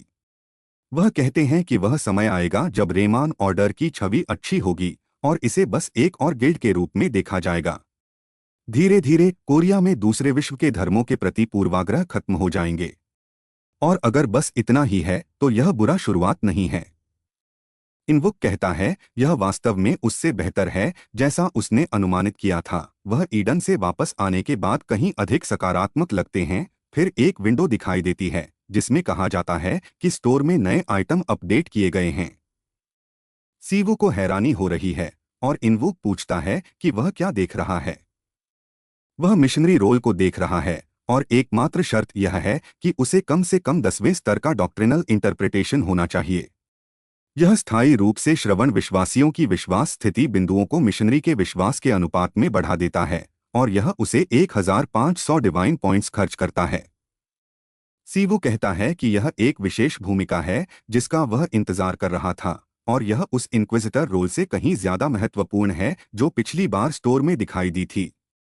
वह सोचता है कि यह क्या है क्योंकि शर्त कुछ अजीब सी लग रही है क्योंकि यह डॉक्ट्रिनल इंटरप्रिटेशन की मांग कर रही है। उसका चेहरा सोफे पर गिर जाता है और इनवुक पूछता है कि क्या कोरिया में कोई और है जो ऑर्डर को उससे बेहतर जानता है, क्या कोई और है जो ऑर्डर के सिद्धांत को उसके सिवा जानता हो। सीवू उसे बताता है कि वह बोलने के लिए बहुत थका हुआ है। वह हमें बताता है कि एक सिद्धांत एक धर्म की पहचान होती है। वह मिशनरी जो उस सिद्धांत को फैलाता है अपने धर्म के अनुयायियों को फैलाने में सबसे महत्वपूर्ण भूमिका निभाता है और वे लोग हैं जिन्हें उसे इस समय सबसे ज्यादा जरूरत है। इनवुक मजाक करते हुए कहता है कि उसे बस अपने पंख फड़फड़ाने चाहिए और सीवू कहता है कि वह चुप हो जाए और बाहर जाए। जैसे ही वह जाता है एक और स्टेटस विंडो प्रकट होती है जिसमें लिखा होता है ऑर्डर के अनुयायियों की संख्या में वृद्धि के कारण उसके देवता को अनुमत कारणवत्ता की सीमा बढ़ जाएगी। रेमन खुशी से झूम उठती है और उसे एक और अकल देती है। फिर वह एक फोन जैसी डिवाइस से बोलने लगती है पूछते हुए कि क्या वह उसे सुन सकता है। वह हैरान होता है और चिल्लाता है और वह कहती है कि इसका मतलब है कि वह सुन सकता है।